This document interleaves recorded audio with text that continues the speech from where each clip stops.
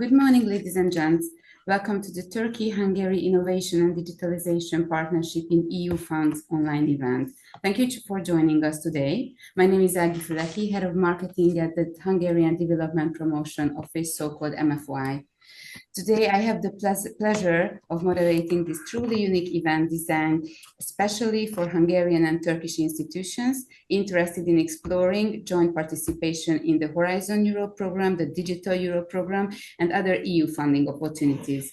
Whether you represent a company, any kind of university or chamber or an NGO, we hope you find this session inspiring and useful, and that will encourage you to take the first step toward shared innovation project and strategic partnership. Before we dive into today's content, let me share a few practical notes, some housekeeping rules for the event. First of all, please note that this session will be recorded. Both the recording and the presentation slides will be shared with you a few days after the event, so there is no worry if you miss any part of it. As we have a quite large, hopefully, a quite large group with us today, I kindly ask everyone to keep their mics muted throughout the session. This will help us avoid background noise and ensure a smooth experience for all participants. If you have a question, please type them in the chat or the Q&A window. We'll be monitoring them throughout the whole session, and we'll address some of them, the presenters, at the end of each section, while all that are not covered live will be answered in written in the follow-up letter that you will receive later on. Thanks in advance for your cooperation. And now, let's continue with our opening remarks from our distinguished speakers representing both Hungary and Turkey. I'm delighted to invite first Dr. Bernadette Petri, Ministerial Commissioner responsible for directly managed EU funds and Managing Director of the Hungarian Development Promotion Office. Thank you very much, everyone. Actually, it is a great honor to be here. So, ladies and gentlemen, distinguished guests and dear colleagues, it is a pleasure to welcome you all to this joint Hungarian-Turkish event that is dedicated to the directly managed EU funds. Meaning that we are not going to just talk about the directly managed EU funds, but about partnership, innovation, and growth. Today, we gather as two nations that, while rooted in different regions, share a very long history of fruitful cooperation, mutual respect, and deep understanding on how cooperation can multiply results. And I truly believe that actually the directly managed EU programs, in the core of which the partnership and the cooperation stands, is really and truly based on this deep understanding. This is also why I have great expectations how we could collaborate together. So our goal will also be to bring together experts, institutions, and innovators in order to learn from each other and creating new bridges between the Hungarian and Turkish stakeholders. As I said, direct funding is about more than grants and calls, but it is rather about trust, collaboration, and the ability as well to connect visions by implementation. And I really believe that by joining forces, we can ensure that both countries will not only participate in, but actively shape the European and international programs defining our future of the continent. Now, I would like to move to my first slide in order to dig into the realities and facts. And you can see why it is really crucial to deal with the directly managed programs for both countries. And seeing the portion of the new priorities, the directly managed programs in the current MFF, and seeing the intention of the European Commission to grow this amount of money and making it more than half of the next MFF, it is really important to see, important for the growth of both countries to see how this can contribute to the competitiveness of SMEs, but also to the growth of different other institutions. As you can see in the structure of the current MFF, it is for the moment, 1/3 of the entire EU budget. And we can see the MFF budget proposal of the European Commission, meaning that apparently this amount will grow, and it will be also slightly restructured, not just slightly, but maybe in depth. This is also why we believe that for Turkey to decide how to restructure the participation in the different programs, meaning in particular the European Competitiveness Fund, it is extremely important to see how these programs are running, and we are trying to give you our experience of these 3 years of being active in this field and learning a lot about not just the Hungarian ecosystem, but the entire European ecosystem. Next slide, please.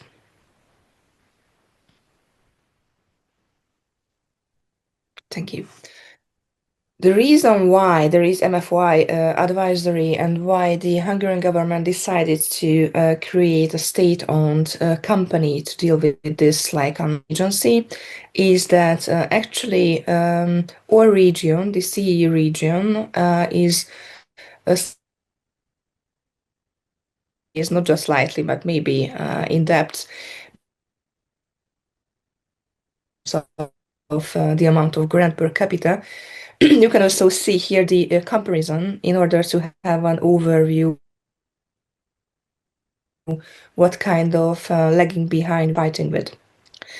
This question is not just geographical divide within the European Union, and mainly it is not a geographical divide, although we can see gaps from the northwest perspective, from the north-south perspective, from the east-west perspective, but also from the perspective of new and old EU members. But what we are experiencing is that it is also regional. And knowing and using the NUTS2 statistical regions set, we have just digged into the information of the Financial Transparency Register of the EU and looked a bit after what is causing these discrepancies. And the reason why some regions are lagging behind is that the top 20 NUTS2 regions received more than half of the Horizon Europe funds in the last 3 years, while the remaining 230 statistical regions received the remaining less than a half. And we are working and fighting to change this tendency because we truly believe that in order to have a smooth single market, it is very much needed to bring a bit more equality in this system and also a fair share of the EU funds. And in this process, we see that it is really key to look not just within the borders of the European Union, but also outside of the borders and finding their alliances and finding their partnerships. Because the reason of this data, this fact that we are lagging behind, is also that partnerships are often missing, and this missing partnership is somehow diminishing our chances to create successful partnerships and projects for EU directly managed fund applications. Next slide, please.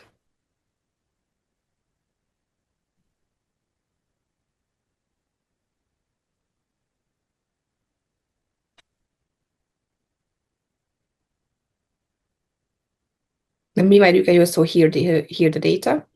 And I would like to mainly conclude on what we are doing and what is the mandate, the mission of the Hungarian Development Promotion Office, so the MFY, you can see on the left side. As I said, we are acting as an agency. That also means that this action is not just limited to within the borders of Hungary, but as I said, our aim is to build an ecosystem. Plus, we have also have thresholds, aims for different EU funds that we have to reach until the end of the current MFF. And when doing this and when performing this task, we see that first of all, it is really crucial to help potential applicants to teach the EU policy, how and what they should develop in order to get financed by the directly managed programs. We are trying to embrace ideas and helping the project development from a very, very early stage, and trying to also often compare the different program opportunities, because what our experience is in this field is that it is really a heavy exercise to understand the connection and the differences between the different EU programs. This is also why we, from one side, are supporting that this fragmentation in the new MFF would be somehow diminished and programs would be unified.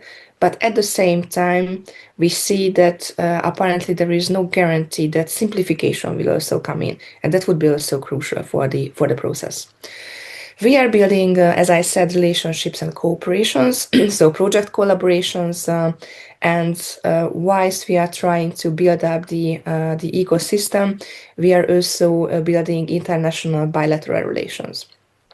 What is even more crucial, I think, in this situation, that when building up the projects, since we are covering the entire process from the idea or from the policy through the idea until the presentation of the application to the EU system, we are also trying to speak up in the EU. That is crucial. And this opportunity we are offering to you, that when arguing that we need fair rules and fair funding for the countries and for the different regions as well, we are also performing kind of policy advocacy and trying to go together with our partners in order to achieve policies that fit a bit better to the needs of Hungary, the CE region, and I think often the interests are joint and common with Turkey as well. So we are happy to go together to that sense as well. And in this Turkish-Hungarian cooperation, we see that there is a best practice exchange opportunity that is crucial for the successful application. There is opportunity for matchmaking and building up consortia, more cooperation on the applications, finding the appropriate calls, and as I said, joint representation of our interest. And I think that my next slide is just on our coordonate, so just seeing how and where you can reach us. We are quite active on the social media as well. We usually have newsletters sharing information. So after this training, you will definitely hear from us, and we are happy to share with you the information we are gathering in Brussels. So for today, I wish you a fruitful discussion, also new partnerships, but most importantly, lasting collaboration that can continue long after today's event concludes. Thank you very much for your attention. Teşekkür ederim. Köszönöm szépen. Thank you very much, Commissioner, for your kind opening words. And now, we are honored to welcome Mr. Bülent Özcan, Director General for Financial Cooperation and Project Implementation at the Republic of Turkey, Ministry of Foreign Affairs, Directorate of EU Affairs. Good morning, everyone. First of all, it's a great pleasure and an honor to see all of you, even in online, with a platform that we come together, discuss innovation and technology. First of all, dear friends from Hungarian Development Promotion Office, our colleagues in the Ministry of Industry and Technology in Turkey, and the representatives of public bodies, private sector, universities from Turkey and Hungary. It is a very important opportunity, great pleasure for us to welcome you all to this event dedicated to innovation and technology and digital transformation between Turkey and Hungary. Two countries share a common vision to build a smarter, greener, and more competitive economies. It's very clear. So today we have an excellent opportunity to connect our businesses, universities, public institutions, NGOs to come together to understand about especially funding opportunities and cooperation opportunities within the EU funding, let me say. I could say that Turkey and Hungary are currently enjoying one of the strongest periods of bilateral relations. Friendly ties, historical and cultural connections, frequent high-level visits between different segments of the society, I could say, is a great opportunity for us. Two countries already established a high-level strategic cooperation council. Two countries evaluated this cooperation to an enhanced strategic partnership at the beginning of 2020s. And this year is a very special year because this year is announced between the two countries as Science and Innovation Year, which is also coordinated in Turkey by Minister of Industry and Technology. So we would like to take this opportunity, inviting the representatives of both sides and come together and discuss what kind of opportunities we could do under the EU funds. But of course, I mean, this idea stemmed from through a study visit that we already held to Budapest at the beginning of this year. And we were very happy to come together with our colleagues in the Hungarian Cooperation Development Promotion Office, in which we found this idea very interesting and a good start to foster the cooperation between the two countries. So today, now, this is our first event, and we come together with nearly more than 300 people represented from both Hungary and Turkey, but not only two countries, but also represented from other EU countries. So this is from our side a very good opportunity.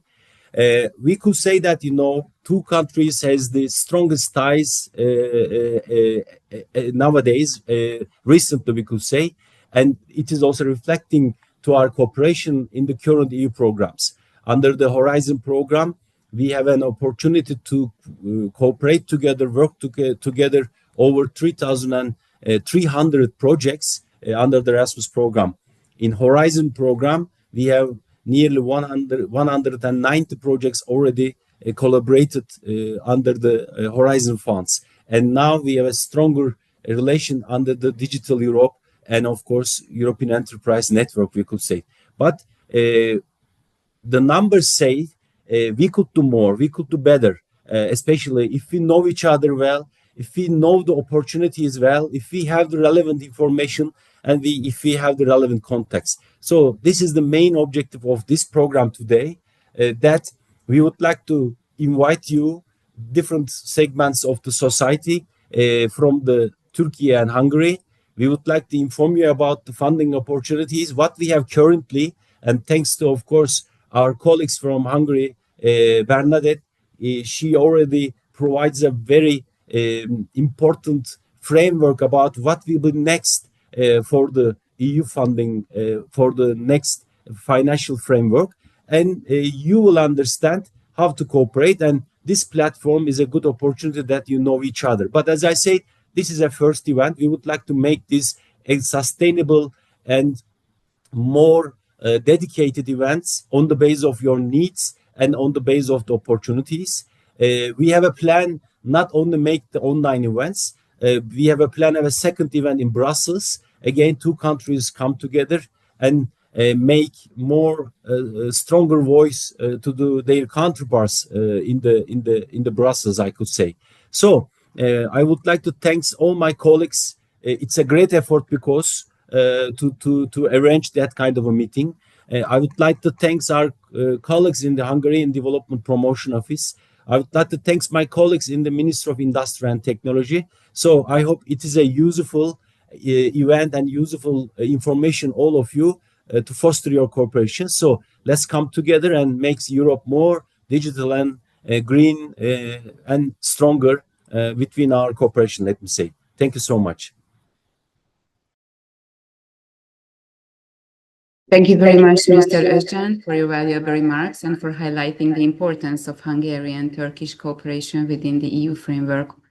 Now I'm pleased to invite Mr. Ahmet Halit Hatip, Director General for EU and Foreign Affairs at the Republic of Turkey, Ministry of Industry and Technology, to share his opening message.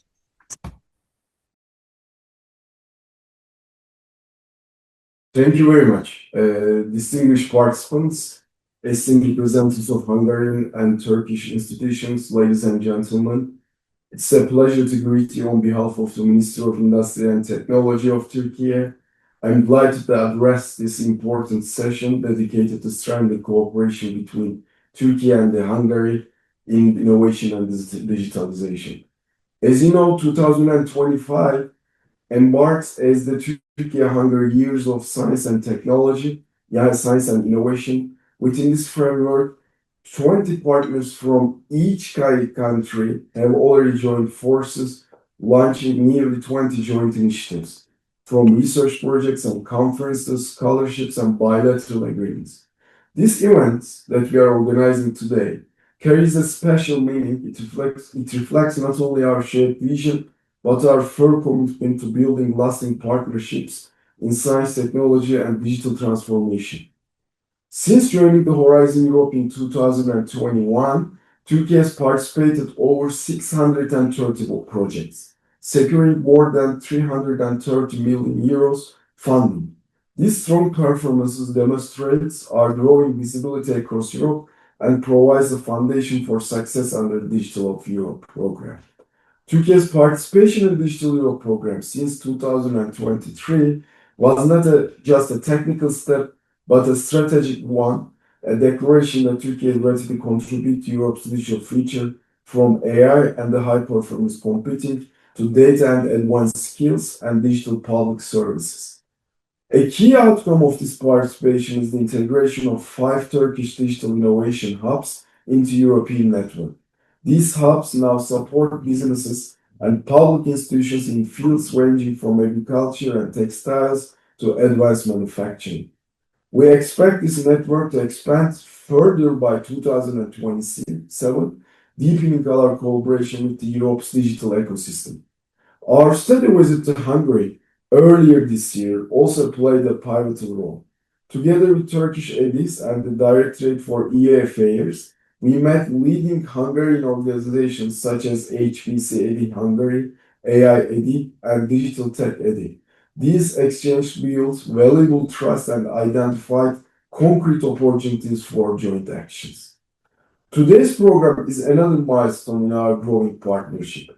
Under Horizon Europe, we already share 189 joint projects, and under Digital Europe, 4 ongoing collaborations, including the Digital Wing for Q, EuroCC2, Surpass2, and DEP4O. The United Circles project, featured in today's agenda, is a remarkable example of how Turkish and Hungarian partners can co-create and co-own success stories that generate shared value across borders. This event also reflects a key strength of EU programs: diversity and cooperation among institutions, SMEs, researchers, and policymakers. Such collaboration is no longer optional. It is essential in today's digital world. Ladies and gentlemen, our gathering today reflects both the progress we have achieved and the confidence we share in the future.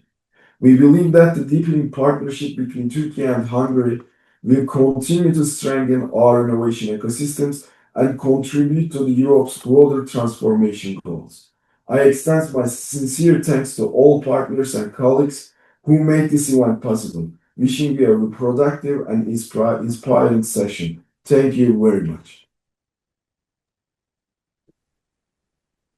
Thank you very much, Mr. Hatip, for your encouraging words and emphasizing the shared commitment to innovation and digital transformation. Thank you once again to all our distinguished speakers for their opening remarks. And now we will move on and take a deeper look into the world of EU funds. So please welcome Mr. János Daszkál, Senior Project Manager and National Contact Point of Hungary of the Digital Europe Program at the Hungarian Development Promotion Office, who will give us an introduction to directly managed EU funds.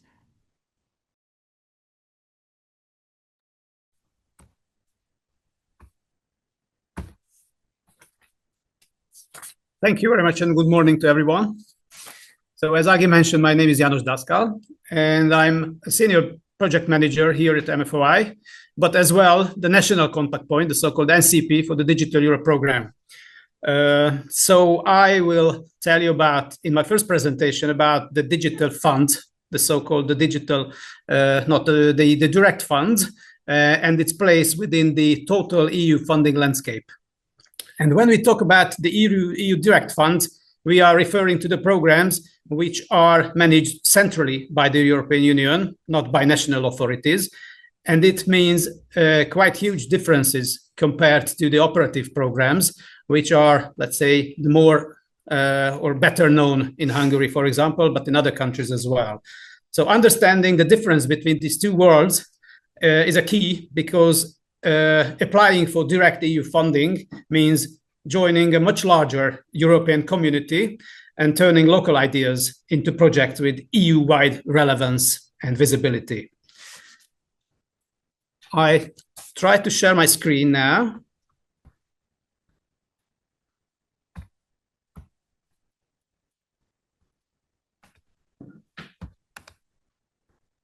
And show you my presentation. Yeah.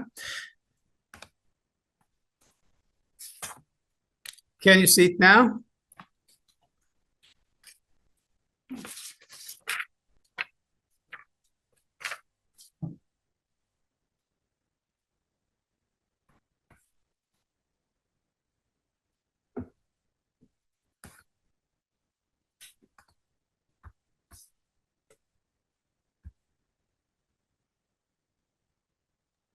No, I think, Mr. Daskal, we can. Just a second. Yes.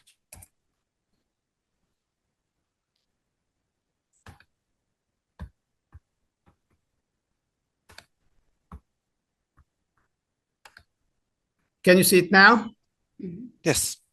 Okay. Sorry for the mistake.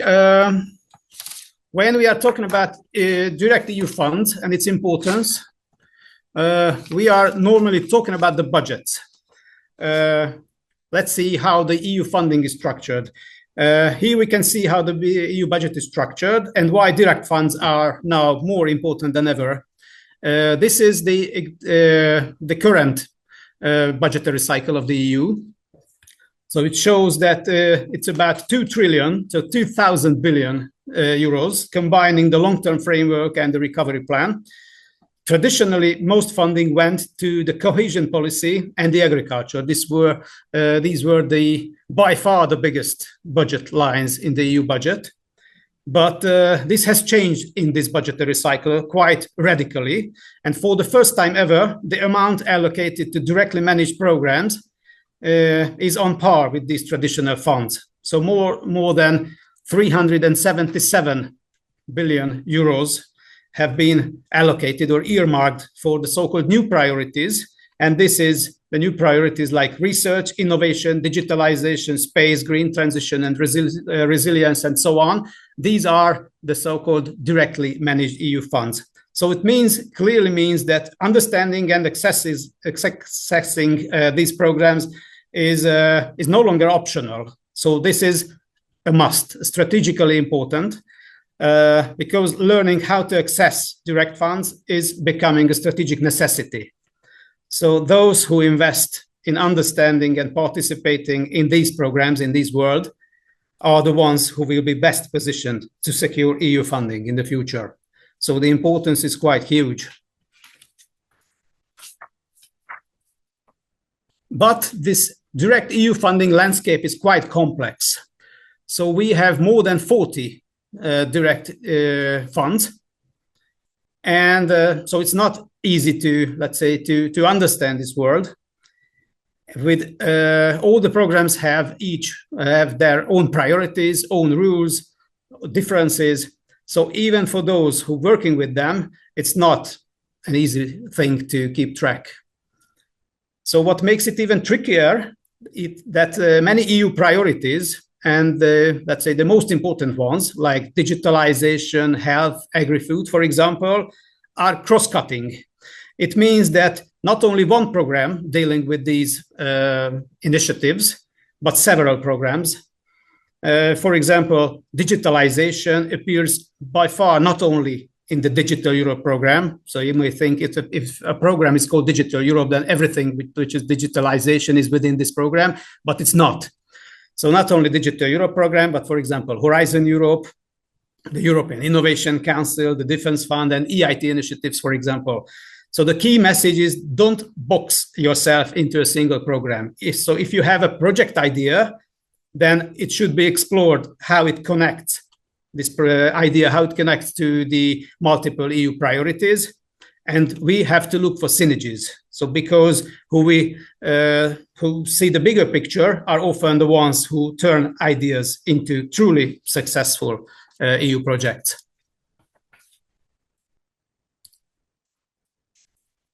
As I mentioned, the two worlds, the direct funds and the operative programs, are quite different. But we have to understand these differences and have to, let's say, live in both worlds. So, and what is more important, that in successful countries, they are not competitors, but complement each other. And it's very, very important. So as I mentioned, direct funds are managed by the European Commission and its agencies, and they are open to international competition and focused on EU-wide strategies and innovation. They usually require co-financing, sometimes at around 50%, so it's not so low, and support projects with European impact, and not local operations and local infrastructure, because it's sometimes a very important thing that applicants mix these two things up. So infrastructure, local infrastructure is much more the operative programs world. Because as I say, operative programs are managed nationally with local competition and priorities, and they typically fund infrastructure, equipment, or local development.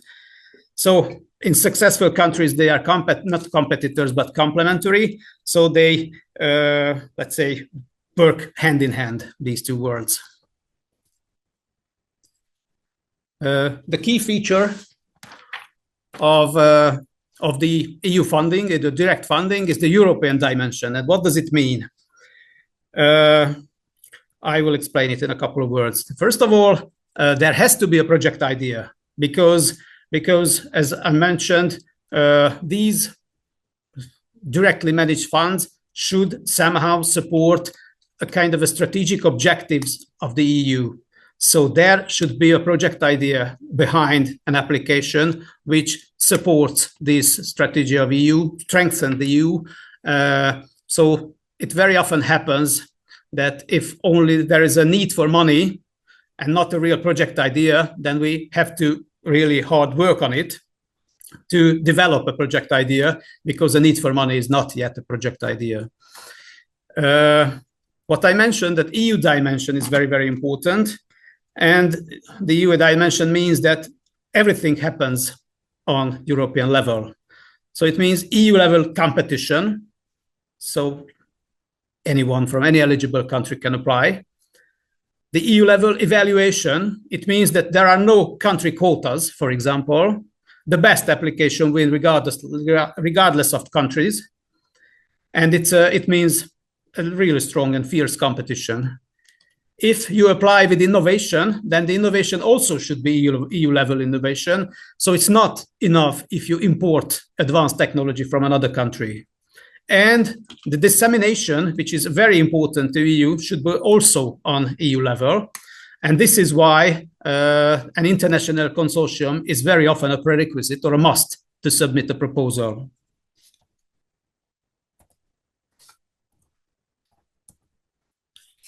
But if it's so different, it seems to be so, let's say, it's so difficult to apply, is it worth applying at all? Is it a question?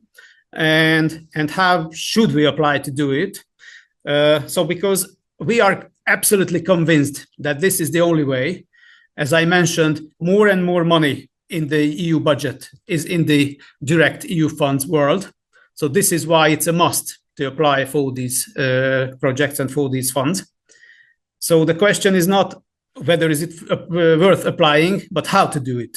So I will show you a couple of slides detailing a kind of tips from our experience, what to do to be successful and what to avoid. So the so-called the do's and don'ts.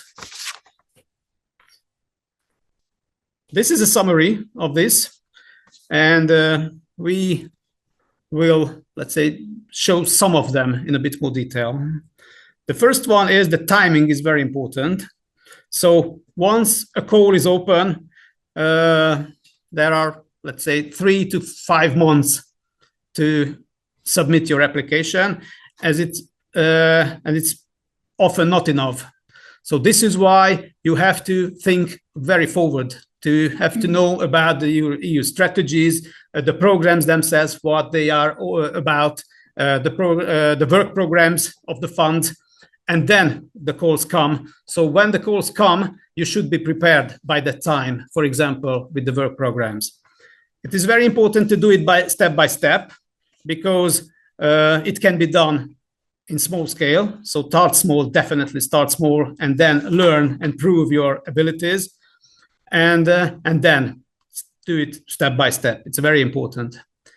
It is also important to define the roles and tasks, because sometimes there are quite a large number of participators in the project within a consortium, for example, and there are quite strict deadlines. So to avoid conflict, you have to clearly define roles and tasks. Number 4, content should be in line with the evaluation criteria. I will show a slide about it. These are slightly different fund by fund, but let's say the sense behind is quite, let's say, simple and quite the same. There are other aspects regarding the content, not just the evaluation criteria, but other important aspects, for example, budget, fact-based, innovation, and intellectual property. These are, based on our experience, quite important. Building partnerships is a must, and I will show you a slide about this, because it's an ongoing task, not just a task for an application and to do it, let's say, for 3 weeks or for 2 months. It's an ongoing task. Regarding systems and platforms, it is worth mentioning the EU funding and tenders portal. It is key importance. So this is the, let's say, the base of all the systems. There are some administration required, and it has to be kept and has to be done and has to be familiar with, because there are steps that should be taken right away. And of course, don't give up, because there is a fierce competition, so not all the applications win, of course. So I will show some of these aspects in a bit more detail, not all of them, but some. The first call is the, let's say, do it step by step.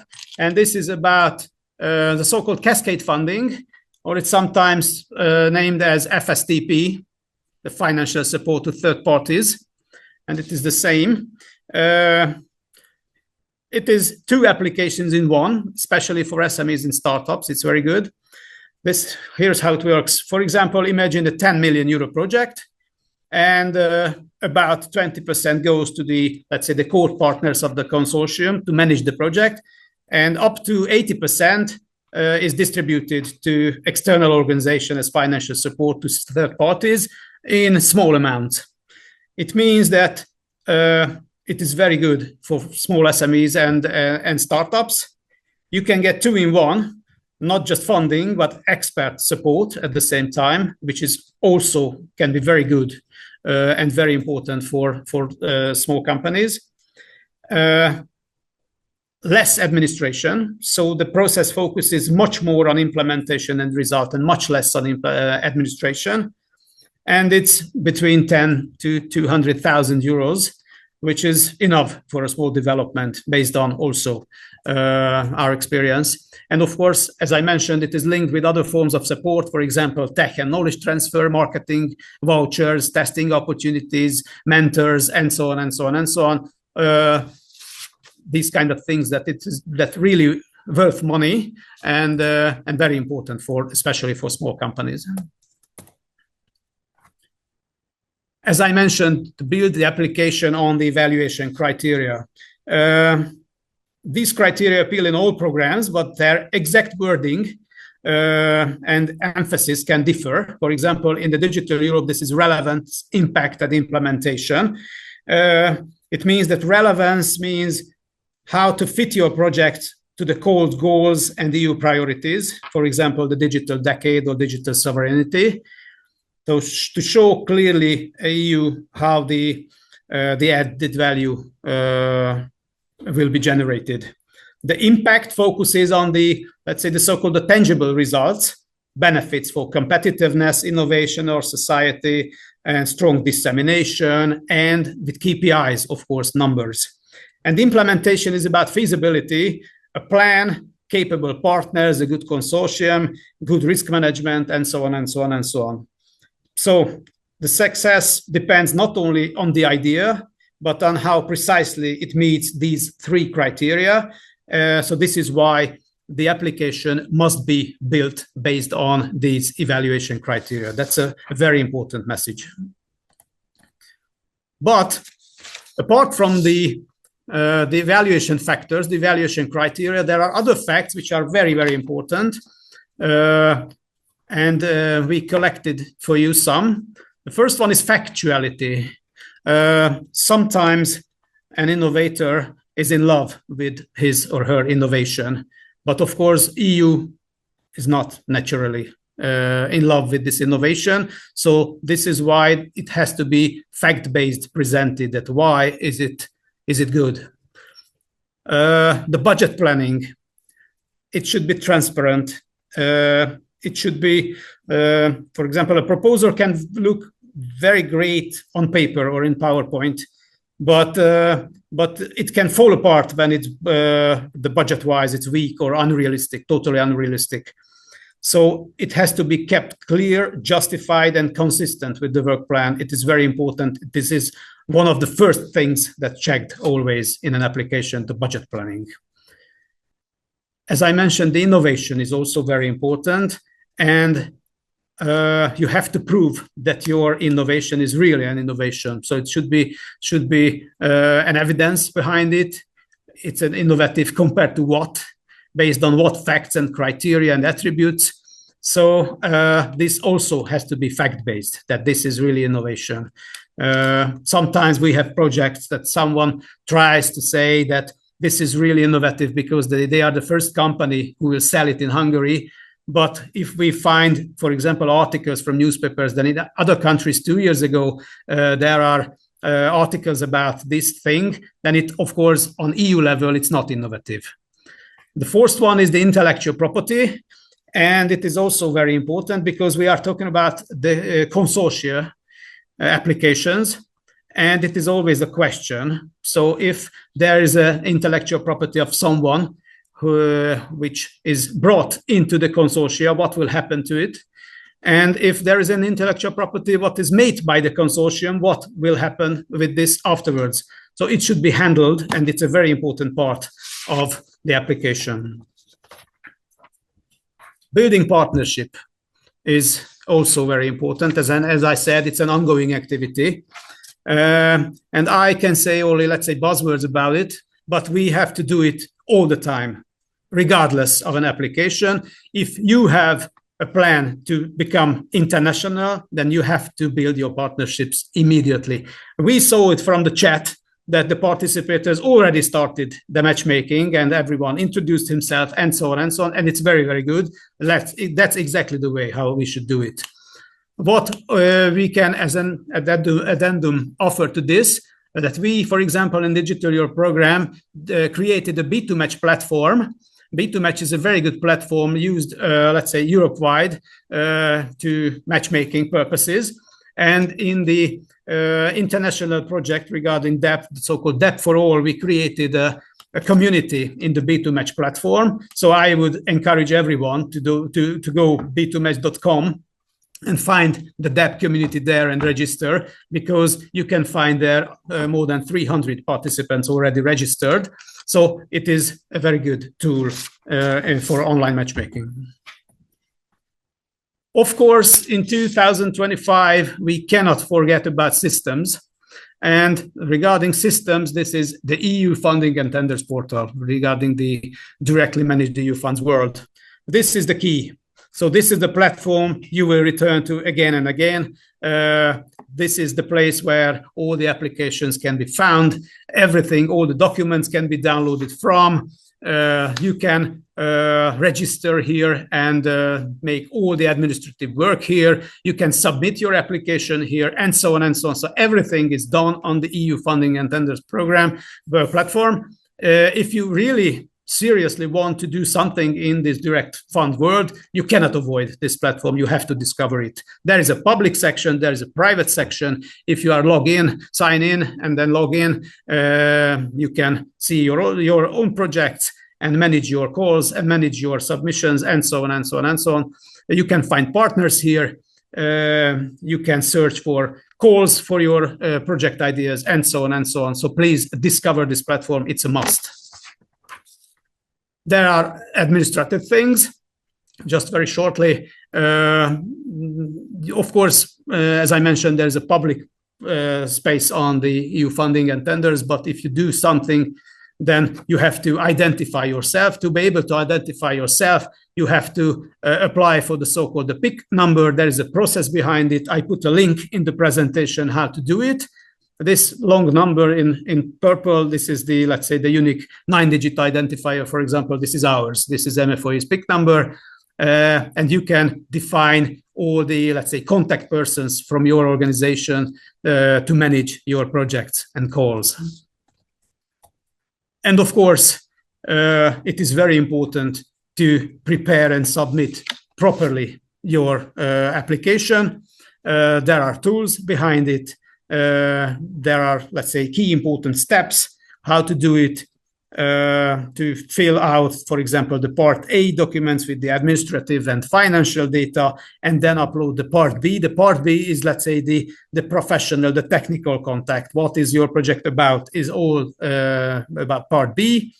And of course, it is very, very important that there are must and necessary annexes, which can be different call by call and topic by topic. So you have to be very careful with this, because annexes should be uploaded as well.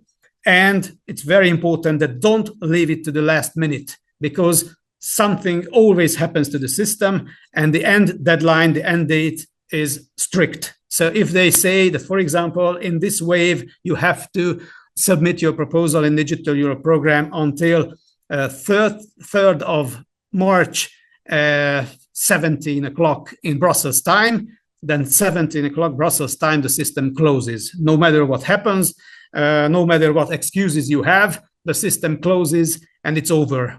So don't leave it to the last minute. And the final message to this part, that it's a good message, that you are not alone in this world.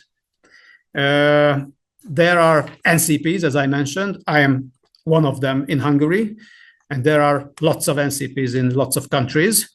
And there are other players, consultancy companies, other agencies, governmental agencies, and so on and so on. So lots of other players who can help in all phases of the project. And we, as NCPs, can help you from the very, let's say, the first step of the project, very first project idea, to find the right call to this project idea, understand the rules, align the project with the EU priorities. We offer trainings, info days, personal guidance if it's needed. We can support you with partner search, proposal reviews, and practical advice if needed, and so on and so on. To wrap up, I hope that this presentation has helped you a bit to see how the EU's direct funding landscape works, and how you can turn an idea to a successful project. And later in the session, we will dive a bit deeper into digitalization and digital program as well, Digital Europe program as well. And the Turkish colleagues will talk about the horizon. So this is from me at the moment. And thank you very much for your attention. Thank you, János. As he will come back a bit later, I will thank you very much later on. And it's very good to see, glad to see how active you are in the chat, and that networking has already started. So we encourage you to ask your questions to our speakers as well in the Q&A. Please do it. And we will have a Q&A section at the end of the presentation. So we will answer. Hopefully there will be a lot of questions, but we try to do our best to answer to all of them. And now our next presentation will highlight the current status and future perspectives of Turkey-Hungary cooperation in EU programs. I'm pleased to introduce Zelal Sen, Head of Union Programs Department at Directorate of EU Affairs.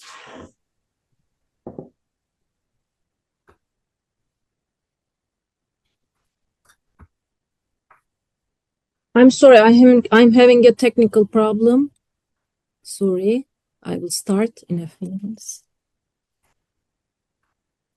Okay, can you see my presentation? I think yes. Good morning, everyone. I warmly welcome you on behalf of the Directorate for EU Affairs. I am Head of Department of Union Programs from Turkish Ministry of Foreign Affairs, Directorate for EU Affairs. Today's session aims to highlight how Turkey and Hungary cooperate within EU programs and how we can further develop this partnership.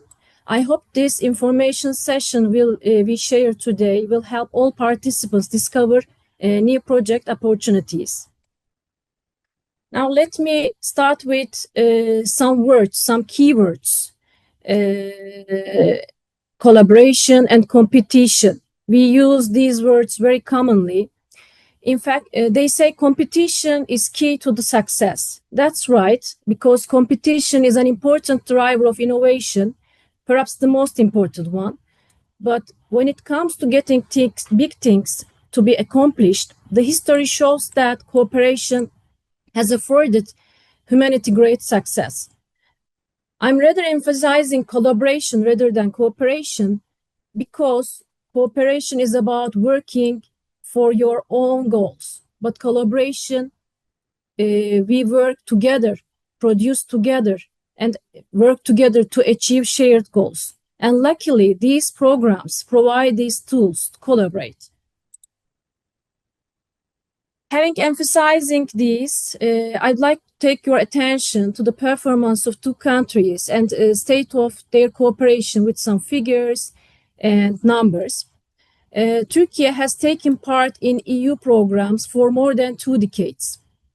This participation allows our universities, research centers, public bodies, and private bodies to collaborate with European partners on equal footing. During 21-27 period, Turkey participates in 7 programs, as you see on the screen. And today we will focus on Digital Europe and Horizon Europe, which provides collaboration opportunities in the field of innovation and digitalization. I will also touch upon Erasmus Plus and COSME programs, which also contribute to innovation and digital growth by supporting entrepreneurship, skills development, and SME development and SME cooperation between Turkey and Hungary. In my presentation, I will also give about the current situation about Turkey and Hungary in EU programs and how we can strengthen our collaboration.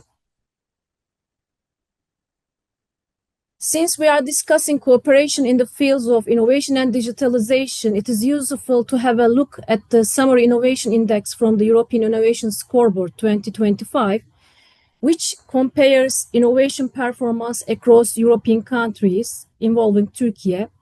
As the chart shows, both Turkey and Hungary are classified as emerging innovators.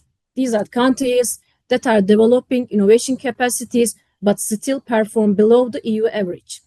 Hungary ranks 26 with an innovation performance of around 66 of the EU average, while Turkey ranks 29th, reaching about 57% of the EU average. This means that both countries are in a similar phase of strengthening their innovation, ecosystems, and digital transformation capacity.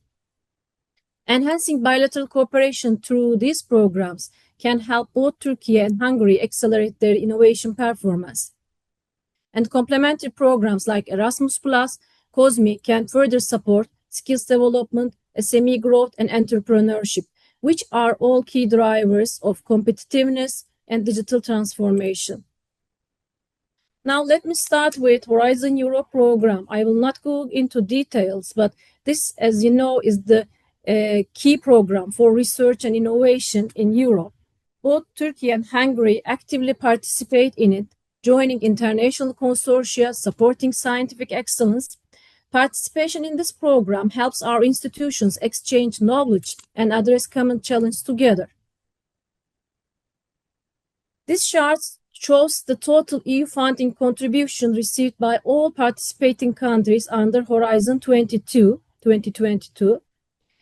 As you can see, this was the previous period. As you can see, the leading recipients were Germany, the United Kingdom, and France, each receiving several billion euros. Turkey received about around 280 million and ranked 24th, while Hungary received around 365 billion, ranking 21st. Both countries are active and visible in the European research and innovation landscape, even though their total returns are naturally smaller compared to large EU economies. Under Horizon Europe, this is the current period we are in, Turkey has received about 338 million and Hungary around 250 million so far. With the 2 years still to go on, Turkey is on track to surpass its Horizon 2020 performance, and Hungary is maintaining a stable level of participation. You can see Turkey's top recipients of EU funding regarding Horizon Europe, the Scientific Technological Research Council of Turkey, TÜBİTAK, Koç University, and the Middle East Technical University. They are the leading ones since the beginning of the framework programs in 2007. And in the private sector, you can see Ford Otosan as one of the leading companies in automotive sector, Arçelik, white goods and technology company, and SRDC software, a consultancy firm in research development and software, stand out.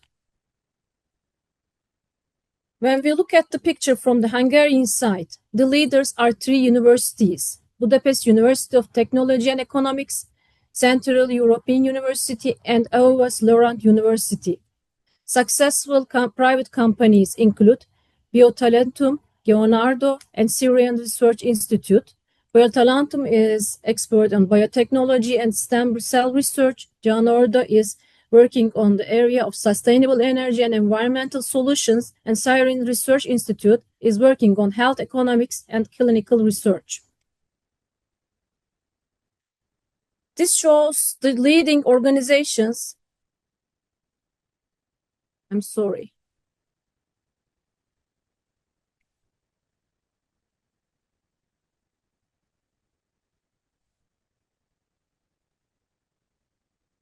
Yes. This chart shows the leading organizations in Europe in terms of total EU funding. I'm sharing this so that we can make a comparison.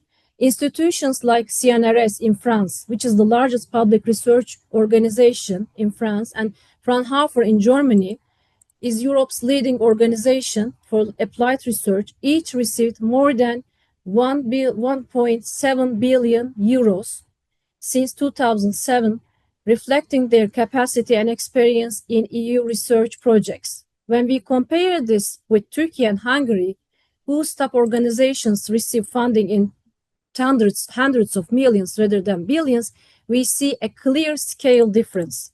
For both countries, the focus should be on expanding international partnerships and building project management capacity to gradually close this gap with Europe's largest R&D players.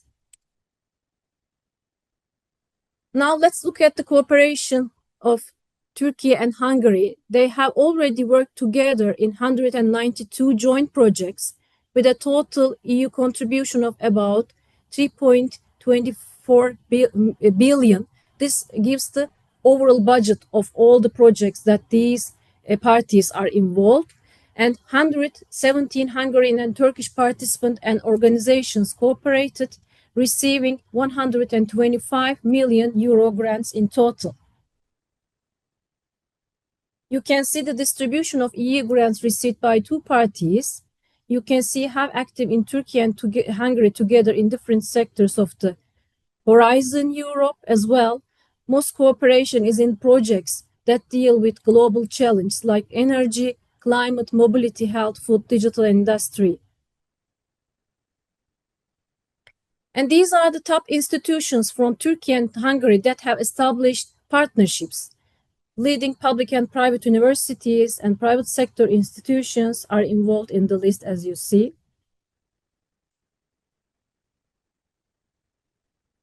Spain, Italy, and Germany are the top three partners, followed by France and the UK. Hungary ranks around the middle of Turkey's collaboration network. And Germany, Spain, France, and Italy are Hungary's top partners. Turkey ranks 25th, which shows there is still room to strengthen and expand our cooperation in the upcoming Horizon Europe calls. Now, another program for cooperation opportunities is Digital Europe, established in 2021, and it aims to support digital transformation of Europe's society and economy with a quite ambitious budget. Turkey joined the program later than Hungary in 2023. Despite being a new participant, Turkey's strong performance in the Digital Europe program reflects its growing capacity in digital transformation. You can see projects implemented by each country and EU grants received, where Hungary performs better than Turkey. Despite being a new participant, Turkey's strong performance in the Digital Europe program reflects its growing capacity in digital transformation. Hungary ranks 20th, while Turkey ranks 31st among participating countries. Hungary performs better mainly due to stronger participation in digital infrastructure, cybersecurity, and digital skills projects. Both countries could increase their impact by collaborating in next grand calls of the program. As you see, Turkey collaborates most actively with Germany, Spain, Belgium, France, Italy, which are main players, and Hungary ranks 25th among Turkey's partners, indicating that there is still some room for cooperation, but the level of joint participation in EU projects remain relatively low. Hungary works most closely with Germany, Spain, Italy, Netherlands, and Greece.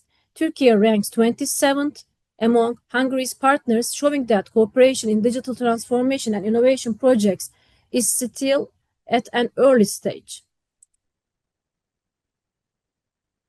This chart shows the main Turkish organizations taking part in the Digital Europe program. Middle East Technical University, TÜBİTAK, Sabancı University are the leading ones. And there are also some research centers and other universities as best performance. And we can also see some private sector companies such Arçelik and Ekodenge showing the role of Turkish industry and interest in this program. The rest are regional development agencies, chambers of industry, and other universities, which clearly illustrate that Turkey's digital transformation encompasses and connects both the scientific and business sectors. Hungary's main participants in the program, as you see, Budapest University of Technology and Economics and the Governmental Agency for IT Development, lead in project participation and funding. Other strong contributors include, as you see, Eötvös Loránd University by Zoltán Applied Research Institute and several ICT and research centers, such as Hunren Institutes. The mix of universities, government bodies, and private tech companies show Hungary's strong national capacity in digital innovation and applied research. Currently, two countries are strengthening their partnership through joint Digital Europe projects. As you see on the screen, there are 4 projects we are currently working together within this program, but we may continue to work in artificial intelligence, advanced digital skills, and development and base use of digital capacity for the upcoming calls.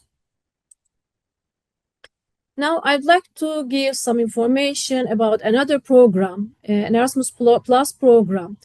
This is another cooperation platform for us, and this is EU's most comprehensive support program, education and training. It offers much more than student exchange. It also supports innovation and digital transformation in education, training, and youth work. For Turkey and Hungary, Erasmus Plus can be used to develop joint projects that teach digital skills, promote entrepreneurship, and support innovation in universities and vocational schools.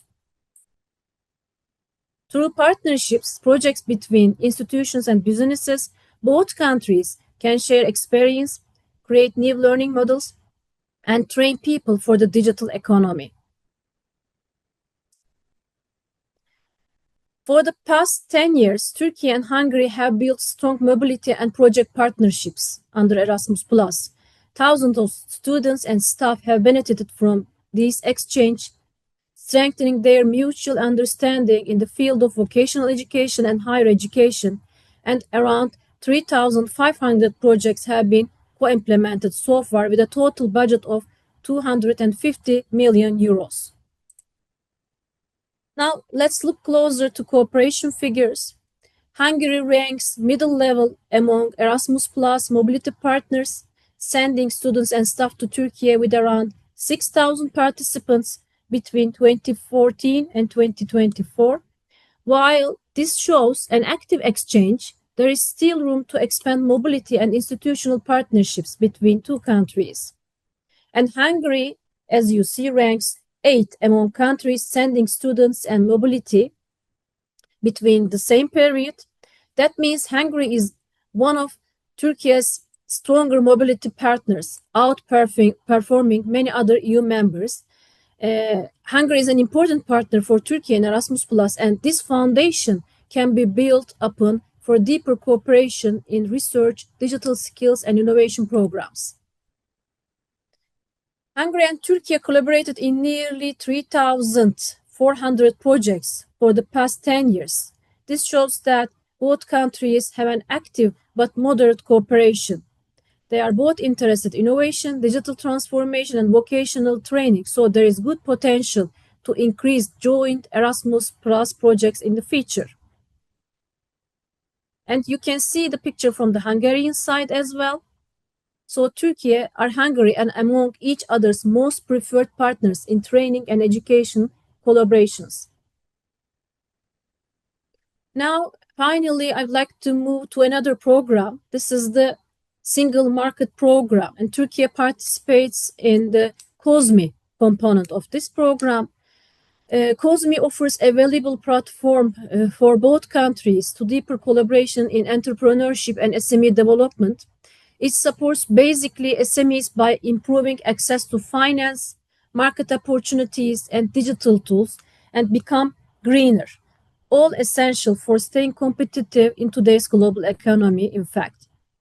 For Turkey and Hungary, this program, the COSME component, provides some tools for cooperation, such as supporting international partnerships of SMEs in digital transformation and green innovation, use Enterprise Europe Network, which are active in both countries, to connect businesses, startups, clusters, and universities, strengthen joint entrepreneurship projects, especially in innovation-driven sectors. However, COSME is beyond a funding program. The program finances the world's largest support network for small and medium enterprises, which is the Enterprise Europe Network, as I mentioned. In practice, it helps companies find businesses, technology, and research partners across Europe and beyond. This network includes more than 3,000 experts in more than 70 countries around the world. And this network helps companies, universities, and innovation centers from Turkey and Hungary connect with each other. Each country has local European enterprise network contact points hosted by chambers of commerce, development agencies, and research centers. And you see the local contact points from Turkey on the screen. The services they offer are free of charge. They serve a wide range of services to SMEs, just as I said, to innovate, grow, and go international. And these are the Turkish members, Enterprise Europe Network local points, as you see on the screen. And there are 8 Hungarian members of the Enterprise Europe Network. You can reach up to details of the services offered by this network and contact details of the local points from the website shared on the screen. I also shared the links, and we are going to share these links with you as well. I'd like to touch upon a special initiative under COSME, the Erasmus for Young Entrepreneurs program. This is different from Erasmus Plus, of course. This is an initiative under COSME. This program connects new entrepreneurs with experienced business owners in another European country. It allows new entrepreneurs from Turkey to spend time in Hungary, learning how European SMEs work, how they use technology, and how they build partnerships. At the same time, Hungarian entrepreneurs can host Turkish partners, explore Turkey's growing market, and find opportunities for joint startups or innovation projects. This two-way exchange helps both sides share experience, create networks, and support entrepreneurship. And a success story comes from Turkey, as you see.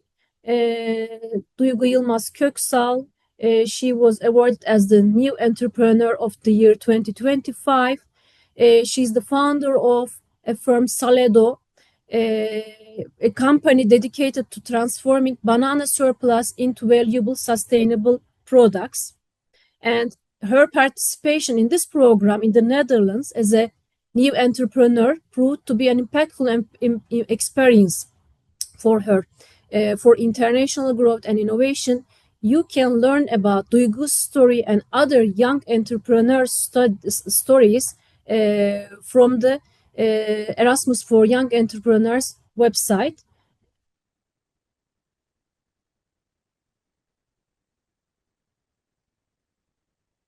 So there are the local points in your countries you can consult if you are interested in the program.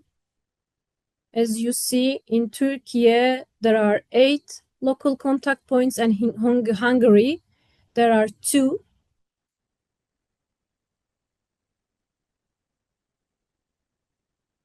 I will also like to share with you the national coordinators of the programs that we have talked about today. As you see in both Turkey and Hungary, there are national contact points, NCPs, where you can get in touch and receive detailed information about opportunities, application processes, and other complementary opportunities, and you can ask for support.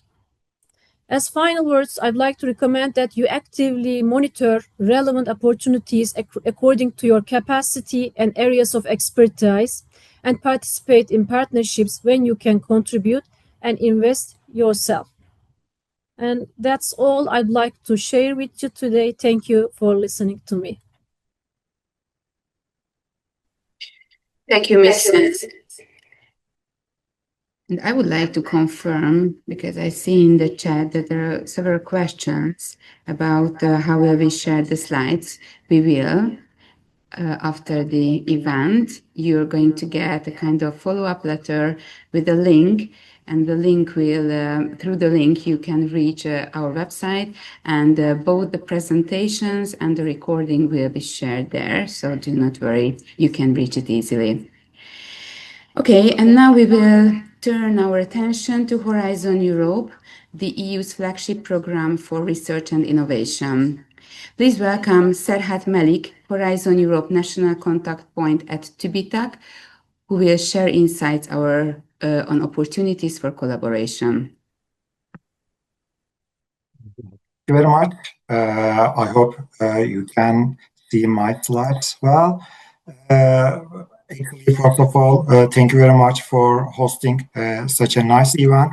It's a pleasure to be in here. We would like to also welcome to you all.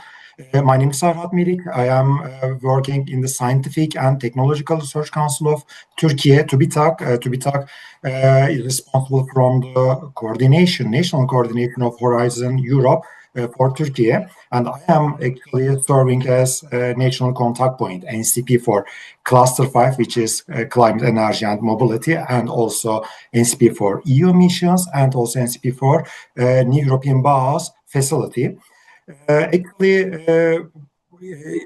This event is also very important for us because I would like to, we really would like to extend our sincere thanks to the organizers for hosting such a valuable event under the Turkey-Hungary 2025 Year of Science and Innovation.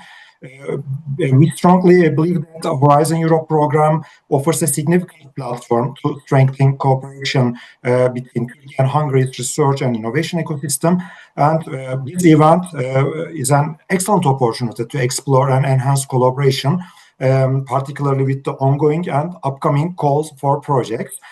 And today I would like to share with you some general information about Horizon Europe and try to outline the various cooperation opportunities which are right now available.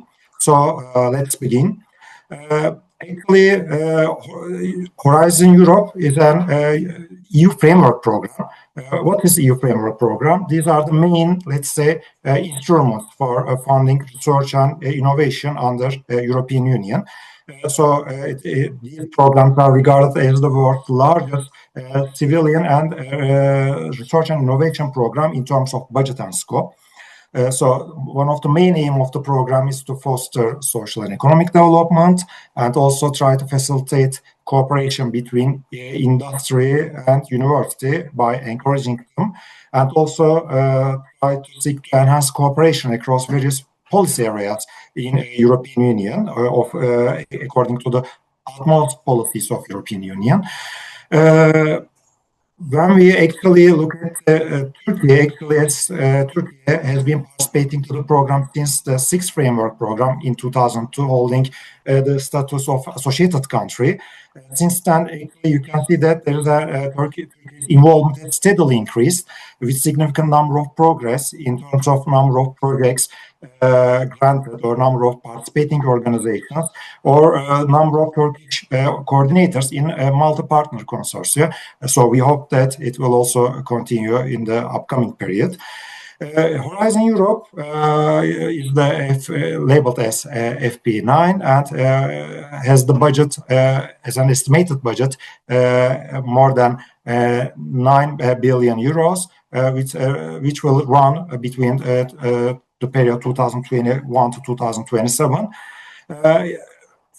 Europe also has similar, let's say, objectives of EU framework programs to strengthen Europe scientifically and technologically, and try to enhance the capacity and keep the competitiveness and employment by increasing and enhancing, and also address the societal challenges.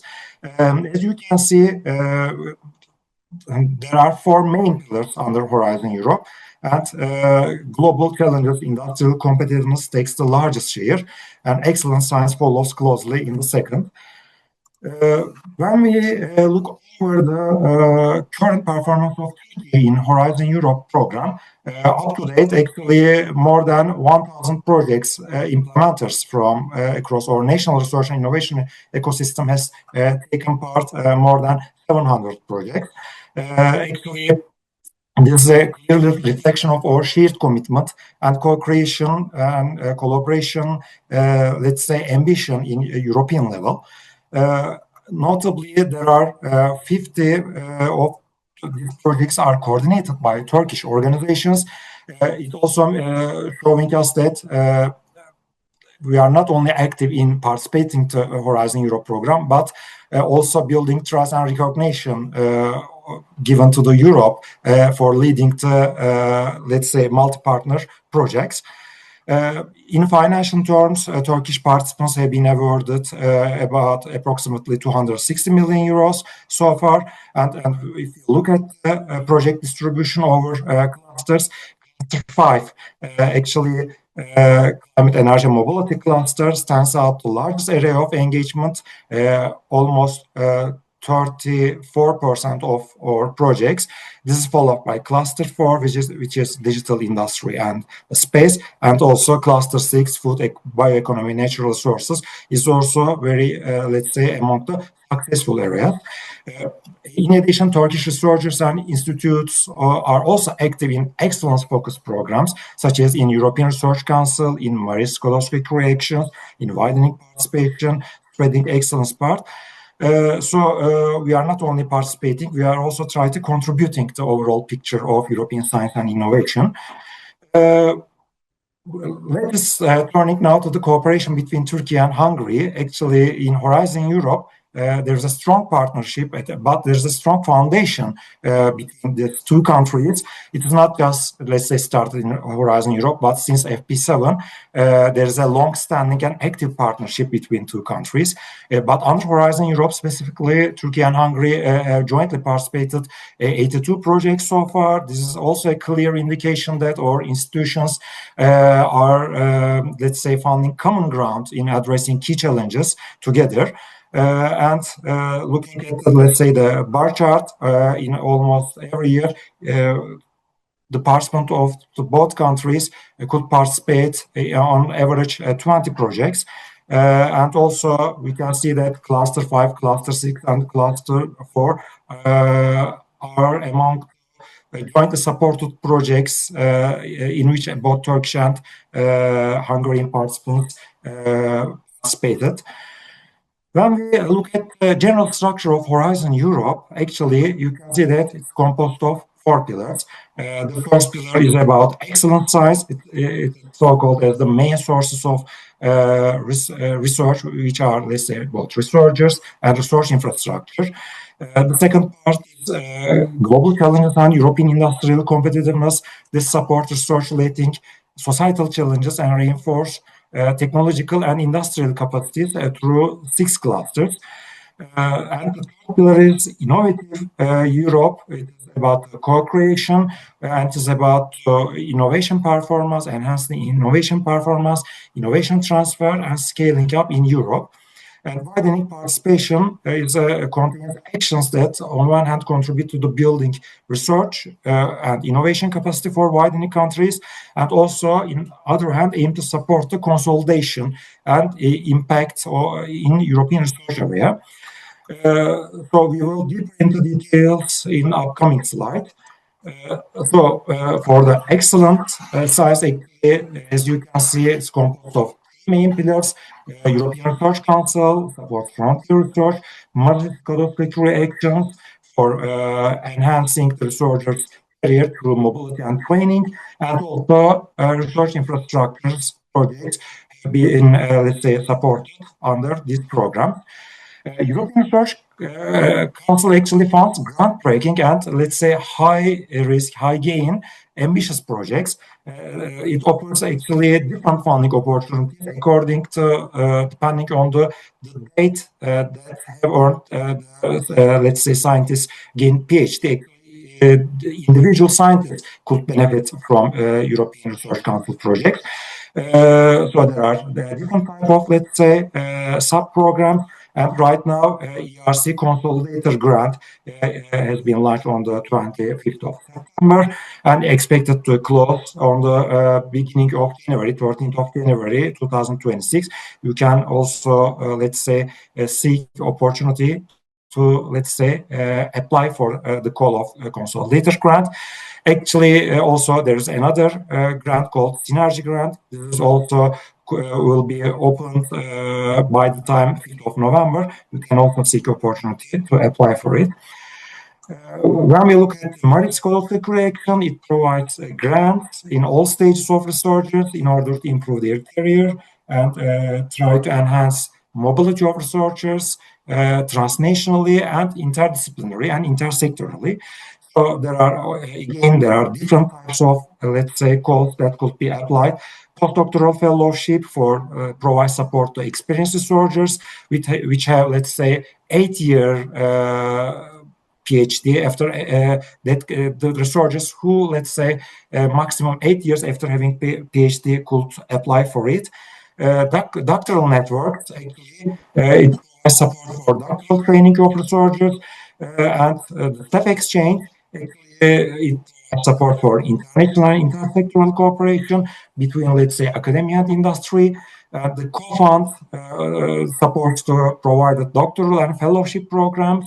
And there's also a merit scholarship and citizens program, also aim to bring researchers to the general public and increase the awareness of research and innovation activities. Right now, you can still apply to doctoral networks, which will be closed 25th of November this year. Research infrastructures are the facilities, actual resources, and services that used by the communities. It try to enhance the accessibility of research infrastructure. Unfortunately, the calls have been closed right now, but in 2026 there will be other calls related to research infrastructures as well.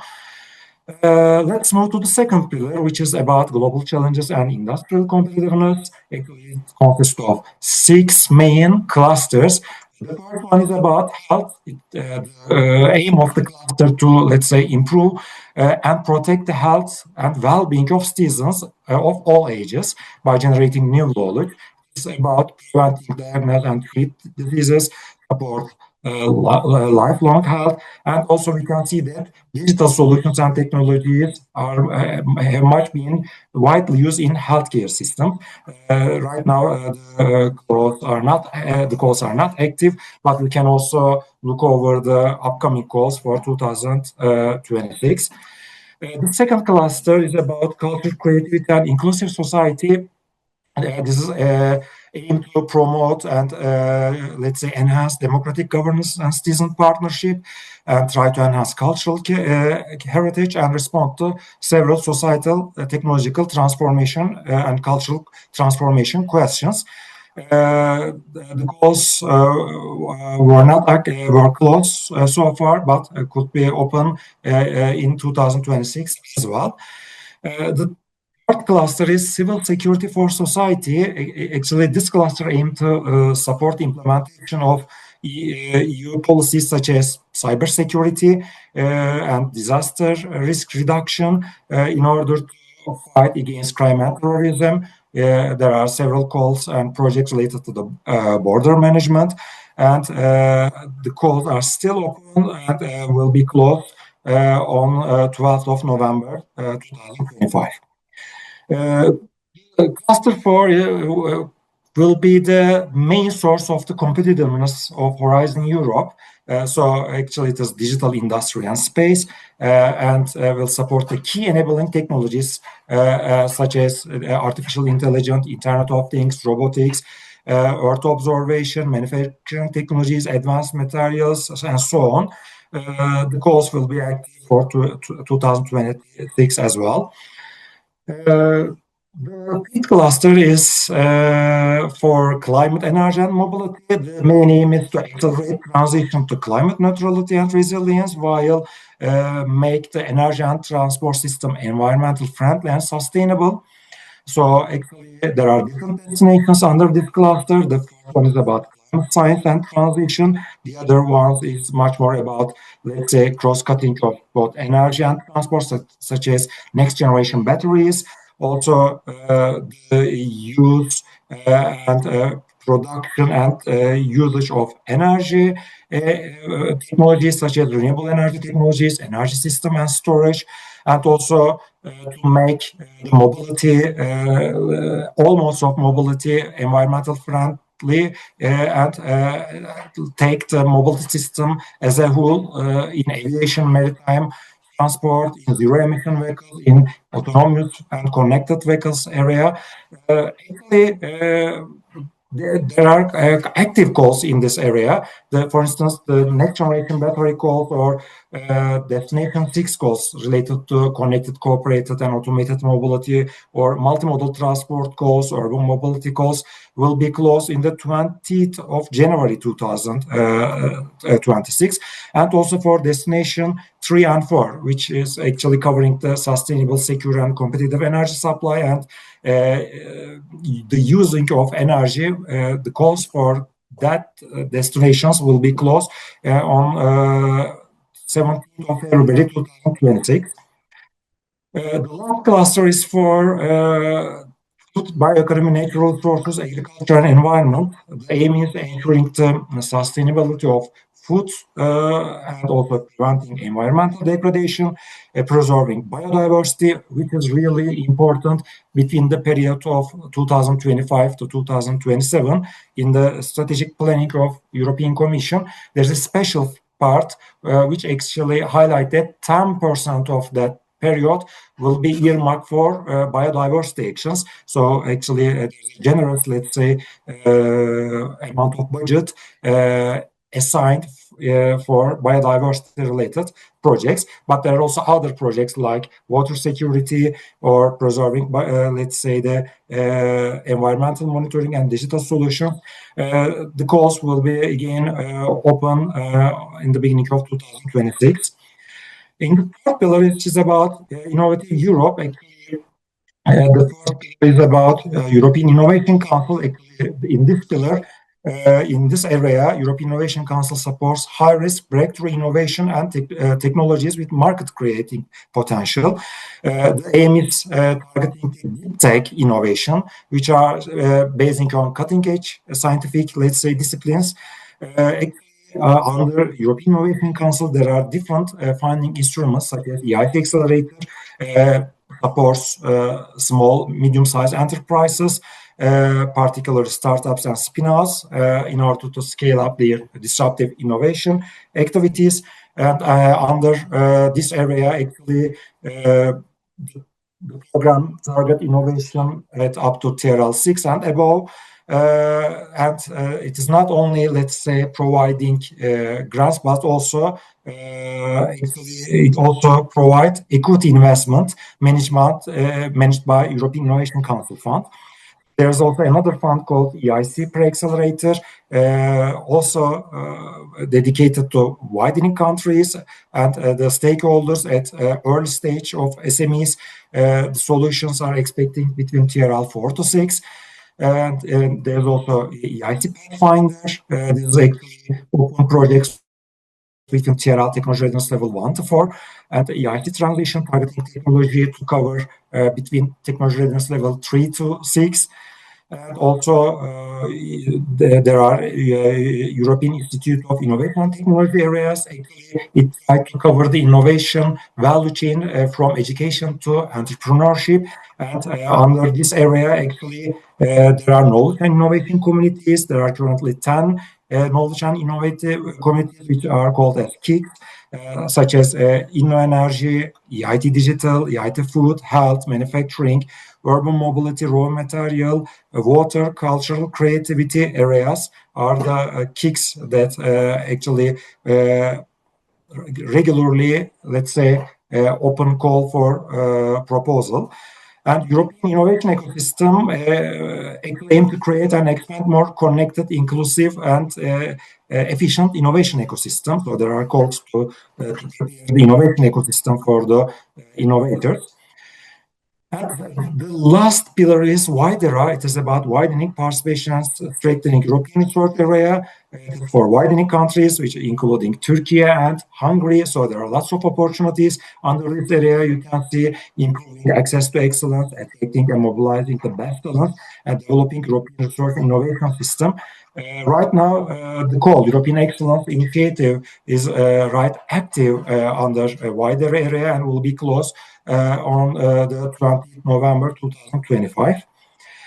And apart from there's actually for FP9 in Horizon Europe, European Commission actually defined a new structure called EU missions. Actually, these EU missions are accepted as the flagship of Horizon Europe. They are large-scale initiatives setting clear time-bound and also they have a clear budget, and they have drive focus efforts towards some of the greatest challenges, such as climate change, cancer, ocean restoration, climate neutrality in cities, and also soil health. So there are actually, you can see the 5 main missions, and the goals try to help the participants to aim to reach out the targets of missions defined by European Commission. Right now, actually, the calls of adaptation to climate change is active and will be closed in the, I believe, next week, 29th of October. And also there will be another call will be opened in the beginning of 2026 under climate neutral and smart cities. So you can also check the details from Funding and Tenders portal. And also another new structure is New European Bauhaus. Actually, it is a cross-cluster issue. It's a pioneering movement to taking attention to built environment. It's a European Commission defined NEP facility. It's a multi-annual and cross-cutting tool aimed to revitalize European neighborhoods. And there are also an R&I component under there, which actually cover three main destinations. This is there are calls to, let's say, targeting the connecting green transformation, social inclusion, and local democracy, circular regenerative approach for built environment, and also innovative funding and new business models for transformation of neighborhoods. The calls of New European Bauhaus is active right now and will be closed in the 12th of November 2025. You can also check the details from the website. And also there are other tools called European partnerships. These are initiatives in which European Commission and public and private partners commit themselves jointly to, let's say, support development and implementation of research and innovation program. So there are three, let's say, distinct different types of partnerships, such as institutionalized European partnership, co-program partnership. These are mainly public-private partnerships. So actually, it is, let's say, expected to private sector to take part in here as well, but it's not just limited to private sector. Resource technology organizations, universities could also be there and participate. And also there are co-foundations. Actually, it is also a unique opportunity to enhance cooperation between Turkish and Hungarian researchers in co-founded partnerships. Actually, it is a public partnership type of, let's say, platforms. The funding agencies like TÜBİTAK come together, join their resources, and let's say co-launch international, let's say, internationally competitive calls proposals. Right now, for instance, in clean energy transition, in agroecology, as far as I know, both Hungarian and Turkish, let's say, funding agencies could participate. So you can, these are the outline ones are the ones that have been participated so far. And in the right side, you can see the partnerships in which TÜBİTAK or other, let's say, Turkish institutes take part, and the call for proposals will be launched sooner. You can also check our website in order to get the updated information. And apart from that, there are several, let's say, projects. Also, let's say, launch calls for funding third parties, such as, let's say, it's a joint effort between Europe and African countries.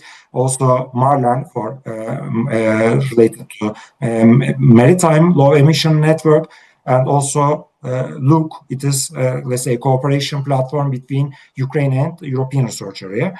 And as Turkey, the Turkish participant will be funded through, according to our national rules, a program, support program for increasing the capacity to benefit from international research funds, which is shortly called 171 support program. Both higher education institutes, training and research hospitals, or let's say SMEs and large companies could benefit from it. Actually, it it is let's say, a brilliant program, facilitate cooperation between industry and academy. So please also check the details from our national website. And there are different funding types under Horizon Europe, such as research innovation action for creating new knowledge, or innovation action for demonstration or application of research. So there are different funding types, and there are different funding rates. As funding and research and innovation action, regardless of the type of, let's say, organization, could be found 100%, but innovation actions, they are close to market proposals and projects. So non-profit organizations, again, could be funded 100%, but profitable organizations could be funded up to 70%. And when we look at general rules, application rules, actually, as in other EU programs, the calls under Horizon Europe program are also published on the funding and tenders portal. So there are several eligibility criteria. For instance, the minimum number of partners required is stated in each call, but this is at least, let's say, one independent legal entity from European member states, and at least two independent legal entities either in member state or associated countries like Turkey. Also, in, let's say, 2022, for calls with deadlines after 2022, there's a new eligibility criteria, is called gender equality plan. So the public institutions, research organizations, and higher education institutions should have a gender equality plan while, let's say, submitting proposal. But gender specific is also essential for the development of project idea. So it is expected to consider the gender dimension in the content of the proposal, and it is also important in ranking of the proposal. There should be a gender balance in the project team. So you should also consider the gender balance while, let's say, establishing your project team in your, let's say, consortia. From that, you can also take part in evaluation process of Horizon Europe. We also really care for our applicants to become as an evaluator, serving as an evaluator in the Horizon Europe program, because it's a valuable opportunity. It allows you to review the project proposal firsthand, gain insight into how successful proposals are, and also you can better understand the evaluation criteria. Also, it is a chance for you to get in touch with other experts working in similar fields and broadening your professional network. You can just register from funding and tenders portal, and generally commission, let's say, funding executive agencies select the experts from the pool of experts. And while, let's say, registering, please use some relevant keywords, let's say, comply with the updated call for proposals. All Horizon Europe call for proposals you can find from funding and tenders portal. Just go to the portal, then actually filter to Horizon Europe program, then filter and select open call for submission, and then select, let's say, the sector or area that you are interested in. You can see also the work programs and the funding details in the funding and tenders portal. Actually, details of Horizon Europe calls are provided in so-called document called work program. It is one of the most essential documents for understanding the calls. So you can carefully review the call conditions, expected outcomes, and scope of the sections stated in each call.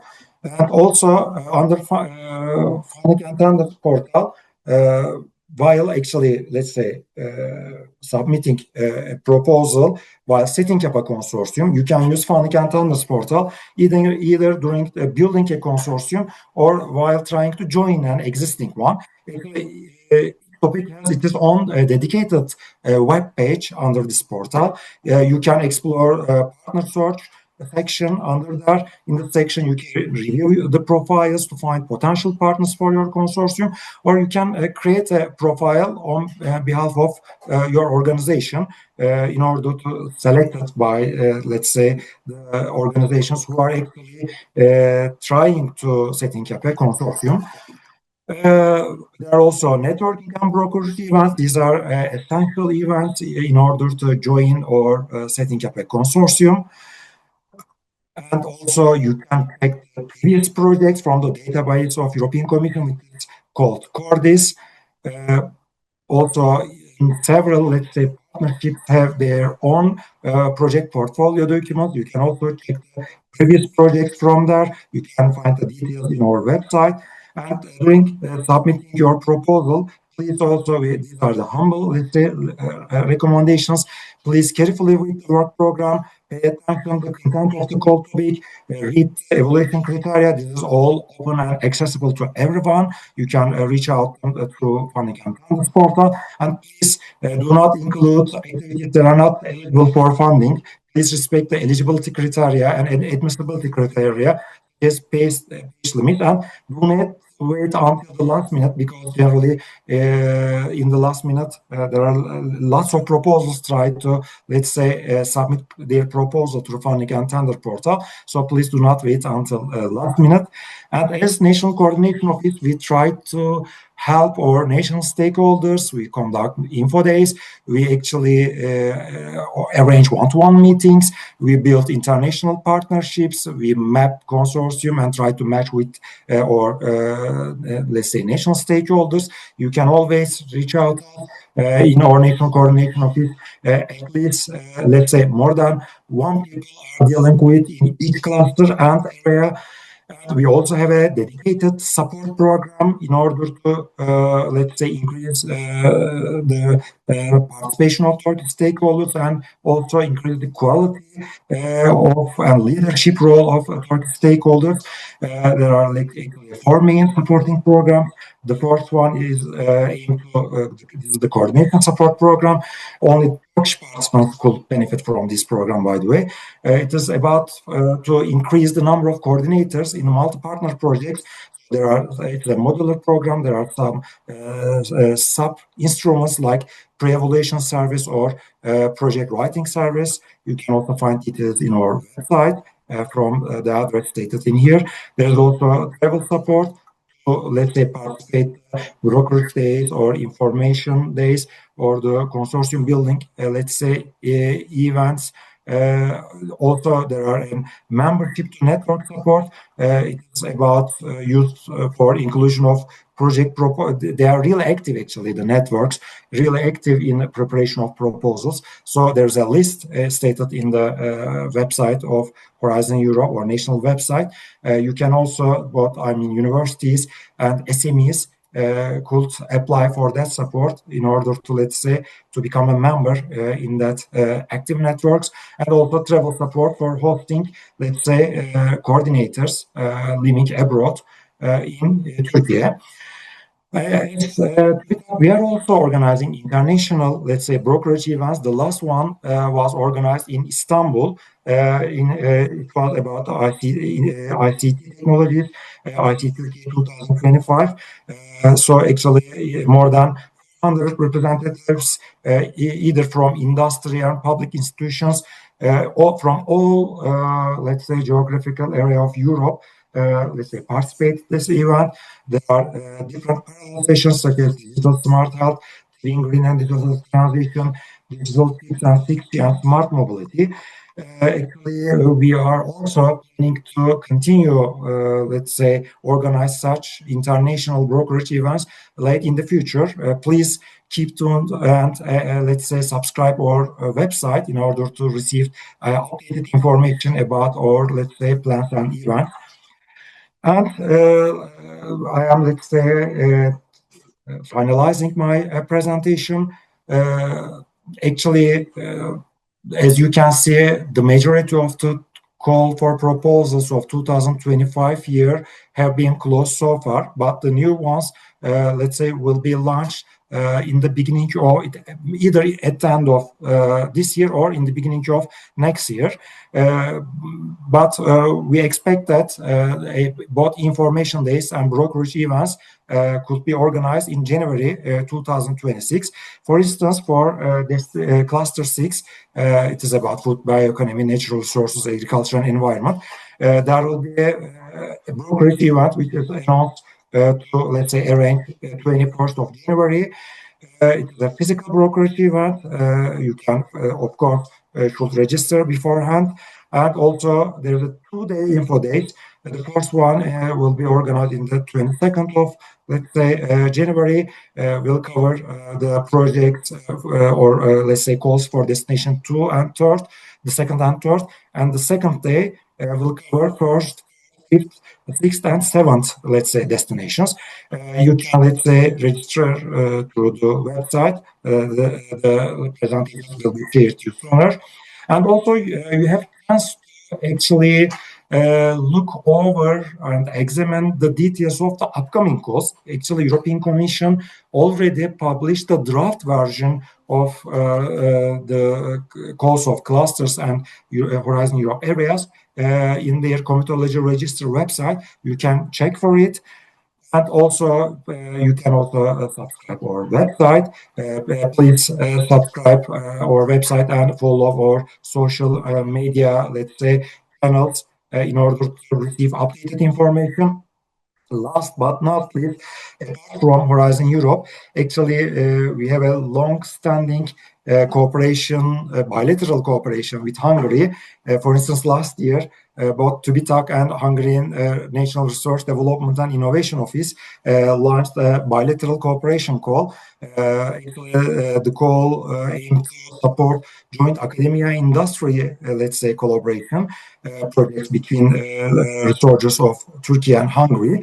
The call was about health, living and disease prevention, green transition, circular economy, and digital transition areas. And the call received significant interest and high number of applications. The evaluation process has been completed, but the results are planned to be announced very soon. And we are also expecting to, let's say, launch a new call either at the end of this year or the first quarter of 2026. So please stay tuned for the updates. Thank you very much again for your interest. Feel free to reach out to me if you have any questions. Thank you.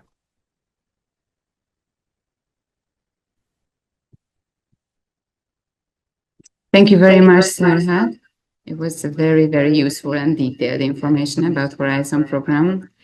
And now we continue with another key EU initiative, the Digital Europe program.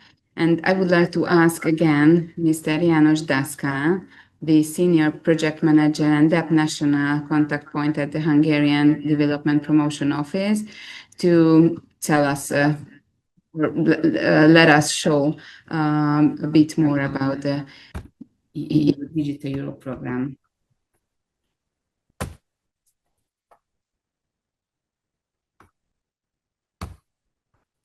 Thank you very much, Agi.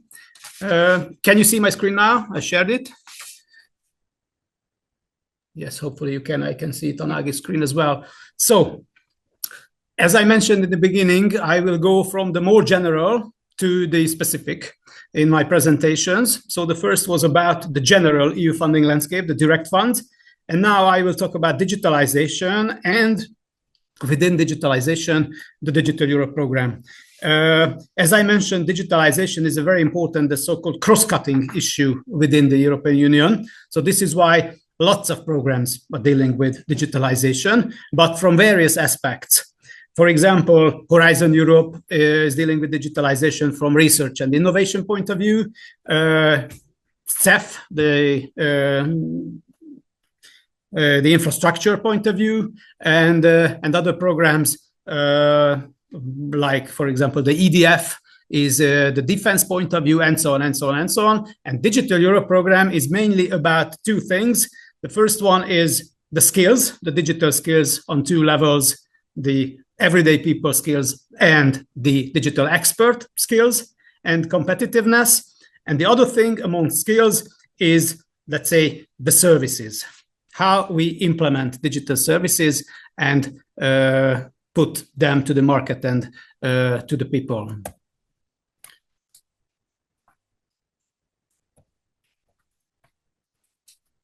As I mentioned already, that always there are some strategy behind and some focus points. And the digitalization strategy is about a document which is named Digital Decade 2030.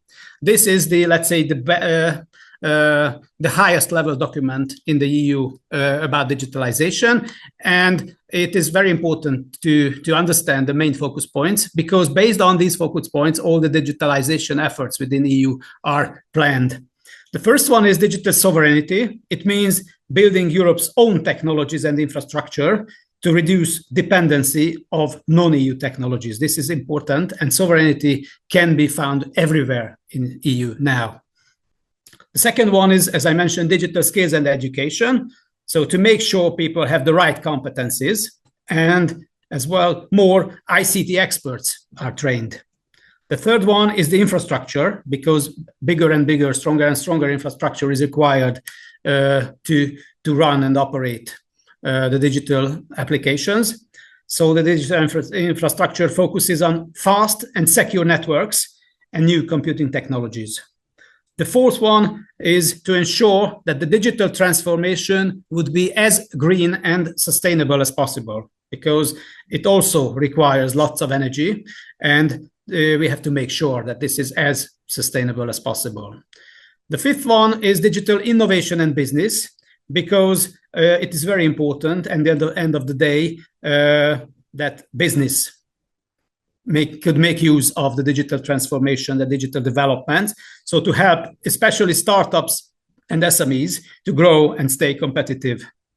The sixth one is digital security and trust, to protect citizens and companies, to secure digital environment, strong EU-wide cybersecurity and privacy standards.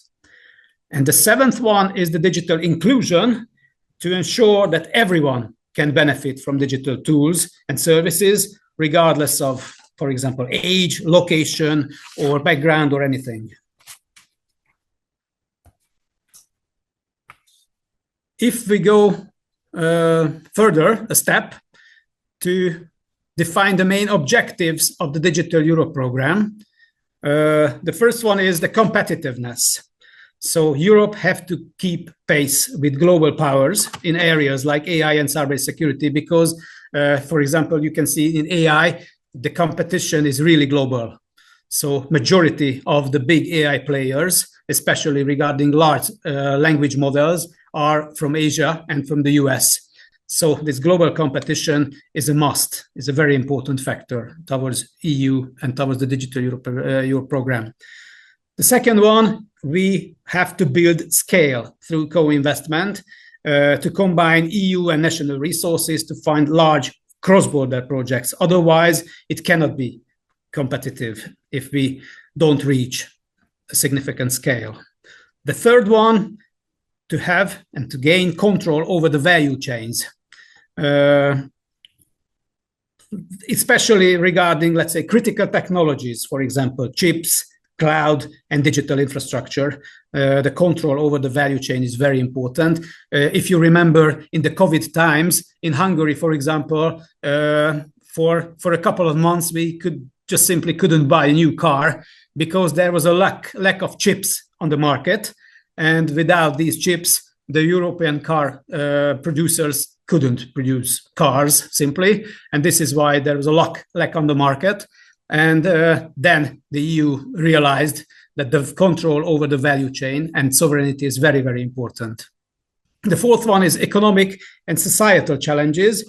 And the Digital Europe program has to tackle with these as well. This is why healthcare, climate, transport, and public services, for example, are very, very important. The take-up of digital technologies, it means that the innovation will reach all regions, help citizens, governments, and businesses to go digital. And finally, as I mentioned, it should support SMEs with skills, tools, and talent. So, as a next step, we go into a bit more detail and tell about the specific objectives and the main features of Digital Europe program. And it is also very important because although in this program there are some restrictions for associated countries like Turkey, but there are very important parts of the program. For example, AI, cloud, public sector innovation, lots of cross-border projects where Turkey can participate as an associated country. So this is why it is very important in a Turkey-Hungary cooperation to know as much about that as possible. So the first thing about the structure is that this is organized around specific objectives, 6 different specific objectives. This structure is reflected in, for example, the calls for proposals. So this is why we have to know about this. The first one is high performance computing, over 2 billion euros to make Europe a leader in supercomputing. The second one is cloud, data, and AI to support trusted data spaces, shared infrastructure, ethical AI solution. It's 1.6 billion. The third one is cybersecurity, 1.4 billion to protect Europe's networks and citizens, because cybersecurity is really an issue nowadays. Fourth one, as I mentioned, advanced digital skills, over 500 million to train people in AI, data, and cybersecurity through organized academies and universities. The fifth one is the deployment of best use of digital technologies. It means cross-border projects. So over 1 billion euros to bring digital solutions to real world applications, especially in public services. And finally, semiconductors and chips to boost Europe's capacity in design, testing, and production of chips.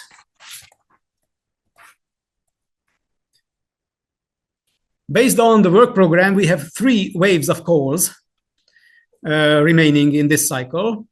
The first one is launched now.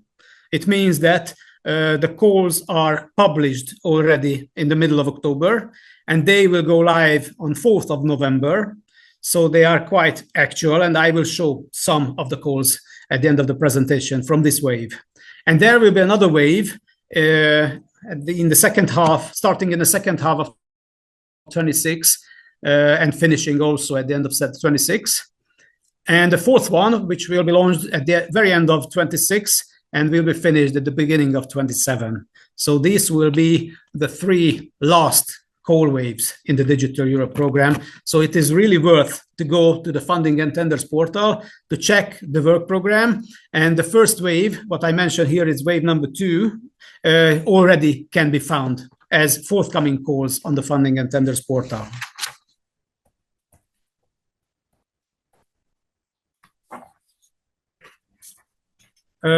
As I mentioned, there are some restrictions of the program regarding associated countries. So I would like to show just some details about 4 of the 6 specific objectives where Turkey and Hungary also can participate in. And the first 2 you can see on this slide. The first one is high performance computing, which is about building a secure world-class high performance computing and data infrastructure. It means to develop European supercomputers with local technology. And it's not only about technology. It's very important to say, not only about technology, it's also about usability. So supercomputing power should be accessible to researchers, SMEs, hospitals, and public authorities. So it's not just to build a supercomputer capacity, but to generate projects and generate cooperations where real usage can be done or can be made on this capacity. A key new step is the creation of AI factories. This is a trusted environments next to Europe's top supercomputers where large AI models can be safely developed and deployed. As I mentioned, there are, let's say, among the 26 leading AI companies or large language model developing companies in the world now, as I saw statistics, out of the 26, there are 12 Americans, 11 Chinese, and the other 3 is 1 Canadian, 1 from France, and 1 from Israel. So from these numbers, you can see how Europe is, let's say, lagging behind in the global competition behind China and Asia and the US. So this is why it was really, really important. This part of the Digital Europe program focuses also on making AI and data innovation real and usable. So not just in labs, but across society and the economy. There are major themes, for example, the digital twins. The digital twins, it means the virtual replicas of real world systems, which is more and more important for testing and developing purposes. And this is developed and being deployed in very important sectors like health, for example. It is also worth mentioning the AI testing and experimentation facilities, the so-called TEFs, to help new AI solutions safely before deployment, ensuring compliance with EU rules and ethical standards. So testing is very, very important. And AI is mainly about Gen AI at the moment, is being integrated into key sectors like public administration, education, and creative industries. So helping Europe use AI responsibly and effectively. So as I mentioned, not just development, not just regulation, but real life projects, real life key sectors.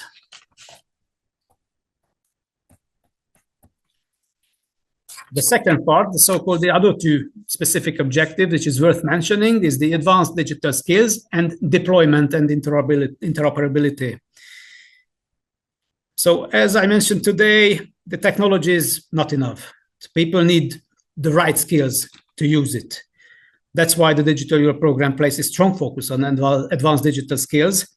This is why the program supports excellence in education and training through digital skills academies, specialized university or short-term programs in areas like cybersecurity, semiconductors, quantum, and digital health, and so on, and so on, and so on. It also targets the existing workforce, helping people upskill and reskill in key sectors such as industry, healthcare, public services. So the training is designed with industry needs in mind, so in cooperation with industries, to ensure relevance and impact. It's very, very important to find the contact between the training and between the usage of the trained people, so the industries and other sectors. It is also a very important target to attract more young people and women into ICT sector, because compared to US and compared to Asia, very low percentage of young people, and especially very low percentage of girls dealing with these topics, and it is a very big disadvantage compared to these two, let's say, continents. So Europe has a goal, a quite strict goal regarding this. By 2030, we would like to achieve 20 million ICT specialists, and we are quite far behind it at the moment. Regarding project, we have also very important themes. As I mentioned, we have strong focus on SMEs and public administration to ensure they can take up tools like AI, blockchain, HPC to stay competitive while improving services. So again, not just develop something, but to use these developments. And to enable this, Europe is investing in secure and interoperable digital infrastructure. So this is why interoperability is so important. There will be some kind of standards, for example, the European blockchain services infrastructure and the EU digital identity wallet. This is why these are so important. Also a very important factor to build confidence in digital transformation. If there is no confidence, then no one wants to do anything online. And without this, it's just impossible. So this is why safer internet centers and EDMOs about disinformation, fighting against disinformation is very, very important. And it's worth mentioning the European Digital Innovation Hubs, who play a crucial role in this SO2. They help companies and public actors to test and adopt digital solutions. And finally, as I mentioned, there are some actual calls which are now in the forthcoming phase, but will be live on 4th of November. but they already can be seen on the Funding and Tenders portal and can be checked from all aspects. So all the call document and everything can be read about there. This is the, let's say, the general structure, how we all usually analyze these calls. We collected all the information regarding the calls, regarding 5 calls, and I won't go into very much details because we are a bit behind schedule, as I see, if I look at my watch. So the call ID, the type of the call, which is the CSA, means a coordination and support action. Percentage means the intensity of the support of the grant, which is this call is 100%, which is not a usual thing. The deadlines, the call will be live on 4th of November and 3rd of March. It is the deadline, the budget, the number of forecast winners. So this is coordination and support action 1 winner. We attached also the link where you can click on it and you can see everything about this. So the first one is a digital skills call, European League of Advanced Digital Skills Academies. So as I mentioned, this is a coordination and support action.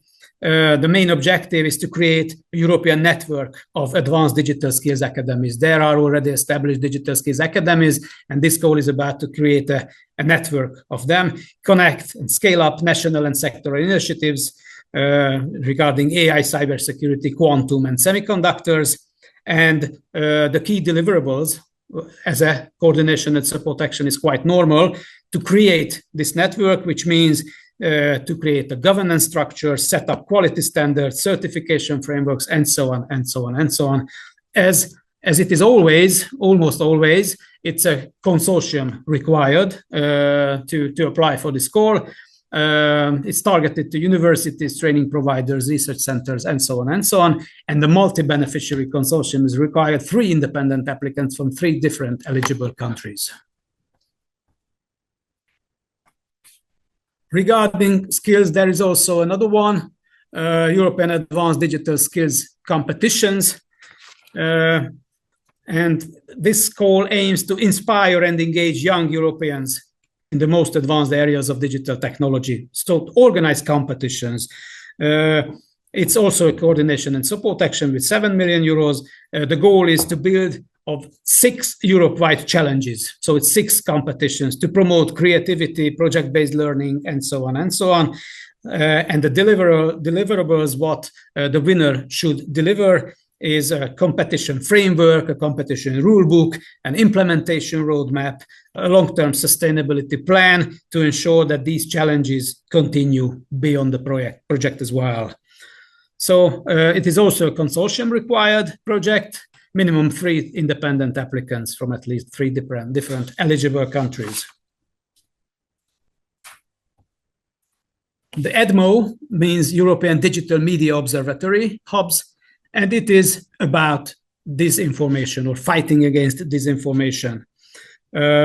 This call supports up to 8 projects that will maintain and further develop the EDMO platform, which exists already, to expand its language coverage and fact-checking capacity across Europe. For example, if there's no EDMO in a country, then from that country or a consortium can apply for this, because it's EU's interest that this EDMO network covers all Europe. So this is about extension of the EDMO network. So I would like to draw your attention to this as well.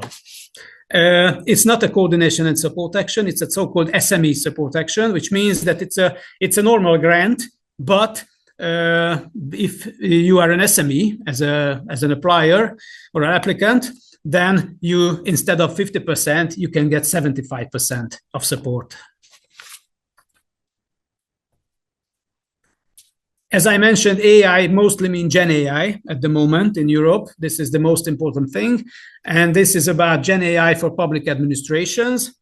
This is about to bring the generative AI directly into the daily operations of the public administration. So it's not about theory, not about something. It's about really daily operations of public administration.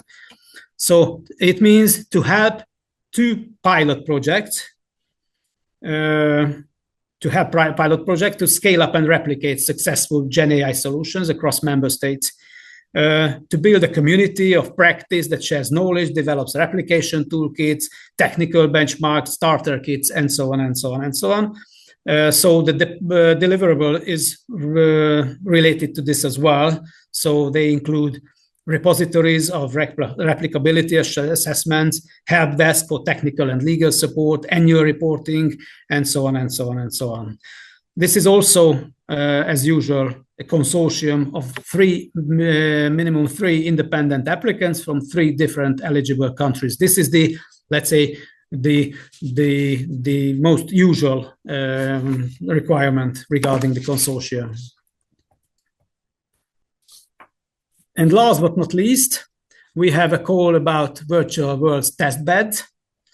It means to test and large-scale experimentation of immersive and extended reality technologies across Europe, because virtual world and reality technologies are quite in focus of the European Union. And this is a kind of call regarding test beds related to this focus point.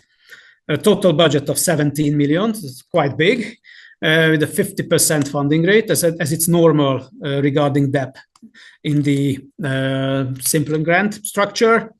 And they would like to fund 2 large projects. The first one is about industrial application, such as, for example, construction or manufacturing and so on. And the second one is societal use case, like education, healthcare, or cultural heritage, or any other like this. So the project should set up operational test beds, combining physical and digital facilities, where new facility solutions can be validated in real-world environment. So the deliverables are related to this, include demonstrators, catalogs of services, long-term sustainability plans, and so on and so on and so on. The targeted participators, research organizations, universities, technology providers, and the consortium setup is a bit more interesting.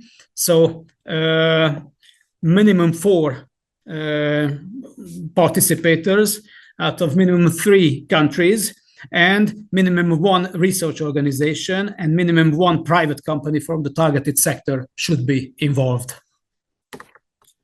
So this is the, let's say, very short, and sorry for the rushing, but of course it's a lot of information, and in much more detail we could have been dived into it, but it's impossible. So this is why I put the link in the presentation. We will share with you the presentation, and I would like to encourage everyone to contact your national contact points regarding this. And regarding Hungary, when these calls will be live, 4th of November, and there will be EU Info Days on it. After them, we will organize National Info Days in Hungary, and probably all the countries will organize these events. So thank you very much for your attention, and hope it was worth watching. Thank you. Thank you very much, Ines, again. Both of your presentations were very, very useful, I think. And now we heard a lot about the programs and the theory behind the EU funding. Now let's turn to practice and discover a real success story.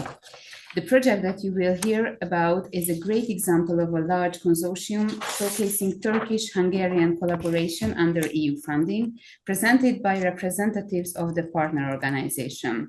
So please welcome Clara Amaro, Innovation Consultant at Innomind Group from the Hungarian side, and Aygan Erkal, Secretary General at IMCAD from the Turkish side, who will introduce the United Circle project.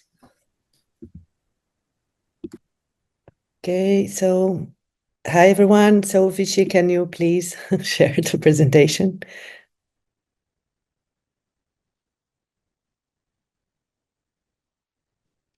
Okay, so first of all, thank you and good morning everyone, and thank you for inviting us today and for the opportunity to introduce United Circles, about which I will give you a general overview of the project.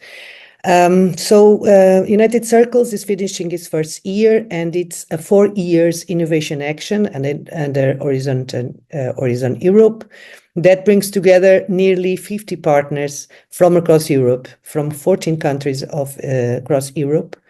including, of course, strong partners and teams from Turkey and Hungary. At its heart, United Circles is about collaboration. It's about connecting industry, cities, innovators, and citizens to make Europe's economy both circular and climate neutral. So we are not just rethinking waste, we are rethinking how regions, cities, and industries work together. Next slide, please. Okay, let's start with the why. The challenge we are tackling is clear. Europe's process industries must decarbonize. Sectors like steel, cement, chemicals, plastics, and ceramics remain essential to our modern life, but they are really among the biggest emitters of CO2. Today's industries, from the other side, are under pressure, facing energy costs, climate action commitments, and new EU mechanisms like the Carbon Border Adjustment Mechanism. At the same time, customers, from construction to consumer goods, are demanding more and more greener, sustainable, and low-carbon products. So, to stay competitive, industries need to rethink their inputs, their energy, and their entire value chains. So the key challenge is how can industry replace virgin raw materials with circular feedstocks that are scale, reliable, and economically interest. So that's how circularity becomes the key. Next slide, please. Our cities today generate billions of tons of waste every year, from construction rubble to wastewater sludge, from food waste to used packaging. We know that urban waste can be a valuable feedstock for industry, and it has a far lower carbon footprint than other virgin materials. And yet, most of it is still sent to landfills or incineration. So why aren't industries using this urban waste more widely? Why? Because mainly waste quality is inconsistent, and processing it in something useful is very costly. That is exactly where United Circles steps in, aiming to close this gap by innovation, collaboration, and digitalization, turning urban waste into industrial valuable resources. Next slide, please. So, to make the transformation possible, the European Union launched the concept of hubs for circularity under the Process for Planet partnership. We must think of hub for circularity as a regional ecosystems that connects industry, municipalities, research, and citizens.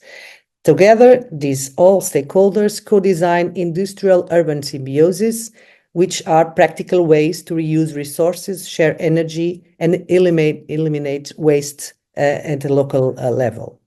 In simple terms, what one sector throws away, another one can use, whether it's energy, waste, or materials. So the main goal is to reduce carbon dioxide, CO2, increase resource efficiency, and move towards zero waste, not just through technology, but through collaboration and shared governance. So the hubs for circularity are all about collaboration. That is never been seen, and to unlock and create new circular value chains. Next slide, please. So United Circles turned this concept into reality. So we are building 3 full-scale demonstrator hubs, one in Ankara in Turkey, the other one in Salamanca in Spain, and one in Veneto in Italy. Each of them are focusing on specific circular value chains. In Ankara, the construction demolition waste will be transformed in low-carbon materials for the building industry. In Salamanca, they used urban wastewater and converted it into clean water, biogas, and cellulose for pulp and paper production. In Veneto, food waste and used cooking oil is upcycled to biodegradable bioplastics. Across these 3 demonstrator hubs, we developed 15 technology innovations, advancing them to TRL 7 to make them real, deployable, and industrial solutions. These innovations are also backed by digital tools, governance models, and financial frameworks that make circularity work in practice. Now, I will take the opportunity to look at our partners from Turkey, who are essential to the project's innovation backbone. We have Basta Cement, Ecodeng, Interact Innovation, Minova, Betopan, and IMSAT, which is the Turkish Construction Materials Association, which is also bridging policy dialogue. Together, they are driving the Ankara Hub for Circularity, which is focused on construction and molested waste. I'm sorry. This hub will demonstrate how urban waste can feed directly into low-carbon construction through circular cement, upcycled concrete products, and digital traceability for materials. Together, they're showing how digitalization and circular economy can decarbonize one of the world's most resource-intensive sectors. Deng also leads Work Package 4, which will develop decision support systems, material passports, and AI-based platforms to connect industries and regions into circular networks. In short, Turkey is at the heart of United Circles technological and digital innovation. Next slide, please. Beyond these demonstrators, we are growing a network of replication regions through mirroring hubs and seed hubs. Mirroring hubs, like the one in Pest in Hungary, take the best practice from the demonstrators and build investment-ready circular business model, enabling the startup of new hubs for circularity in the regions. The seed hubs, on the other hand, start small, setting up initial circular ecosystems with limited funding but strong mentorship and tools. This approach ensures that United Circles' impact goes beyond our core regions, creating a European movement for circular industry. However, circular transformation isn't just about technology. It's also about people, governance, and community. That's why, alongside with the technical innovation and digitalization, United Circles also deploys 3 cross-cutting toolkits to support every hub. The governance and operations, which will provide local governance structures and fundraising models. The social and environmental innovation will provide life cycle analysis, capacity building and engaging tools and to promote behavioral change. And the products and material observatory, which will develop digital product passports, waste mapping systems, and technology valorization and market-oriented routes. These frameworks ensure that all hubs are not technically strong, but also socially inclusive and economically sustainable. At this point, I take the opportunity to present the roles played by the Hungarian partners in United Circles. In Hungary, Innomine Digital Innovation Hub leads the South Transdanubian Hub for Circularity, which is based in Pest. This is a mirroring hub, which means it focuses on replication, learning from the demonstrators, and preparing investment-ready circular projects for the region. Our South Transdanubian hub focuses on connecting urban waste treatment and bio-based materials value chains. It aims to transform wastewater into valuable resources, namely cellulose for paper, biogas for energy, and clean water for use, namely in agriculture. We are joined by Grunwald, the city of Pest, Tete Forrás, Vaja Papír, and others, and we are all working closely with local industries, research centers, and innovators to co-design pilots that can attract investment and scale up after the project ends. Innomine also leads Work Package 5, which covers replication, social innovation, financing, and sustainability. As we like to say in Pest, from waste to health, but also from isolation to cooperation. Next slide, please. In conclusion, over 4 years, by the end of the project, United Circles aims to deliver 15 validated circular technologies at industrial scale, 3 demonstrators plus 4 mirroring hubs for circularity with long-term governance and a business models, and also at least one seed hub started up, and a replicable European blueprint for circular industrial urban collaboration. For Hungary and Turkey, this means becoming regional leaders in sustainable circular industry. And for Europe as a whole, it means faster progress towards the Green Deal goals and climate neutrality, and of course, resource efficiency. Next slide, please. So to sum up, United Circles is more than a research project. It's a movement towards more connected, resource-efficient Europe. We're linking cities with industries, innovation with action, and waste streams with new opportunities. And through our Turkish and Hungarian hubs, we are showing that collaboration, not competition, is a real driver of circular transformation. Together, we are proving that circular transformation isn't just possible, it's already happening. I hope with this presentation I've contributed to increase your willingness to start your own circular winner partnerships and projects. Thank you very much.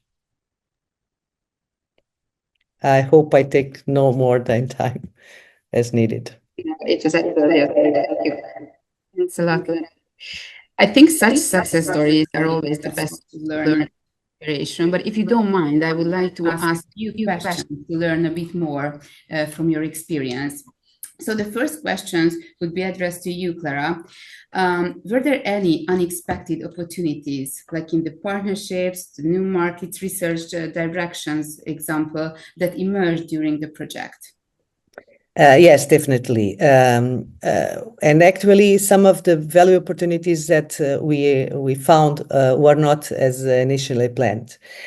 We, as a digital innovation hub, work closely with companies, SMEs, public partners. So we know how innovation evolves when we start collaborating. Of course, from during United Circles, we are expecting strong technology outcomes that are important for our network. But we know that the network effect has become just as important or sometimes more important.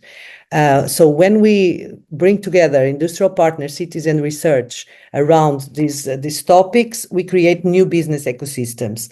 So from one side, companies that are focused on one niche discover new markets, or digital tools can be used in other sectors. So what we are seeing is an expected level of cross-sector partnerships emerging, that create real commercial opportunities, new clients, new services, even joint ventures. For us, it expanded our capacity to support companies from the technologies, but from these new technology, new data-driven tools, but also by giving us new training programs and tools to support our clients. So beyond these technical results that we are initially expecting, of course, the collaborations, but we are creating long-term relations, we are business growing, and we have now new market connections. Good. I think it's a good end of this. I mean, a good answer, and good to hear that, because I think the main message of this event is about collaboration and the long-term success of collaboration. So there is with us Aygen Erkad, Secretary General of IMSAD from Turkey side. Hi, hello. You are in this consortium in this United Circle project as well. And I would like to ask you, how has participating in a Horizon Europe project contributed to or will contribute to your organization's growth, international cooperation or innovation capacity? Thank you, Agi. Thank you for the invitation for the event. It's good to be here together with you all. In order to answer your question, maybe I should give some information about our association first, because there is a difference.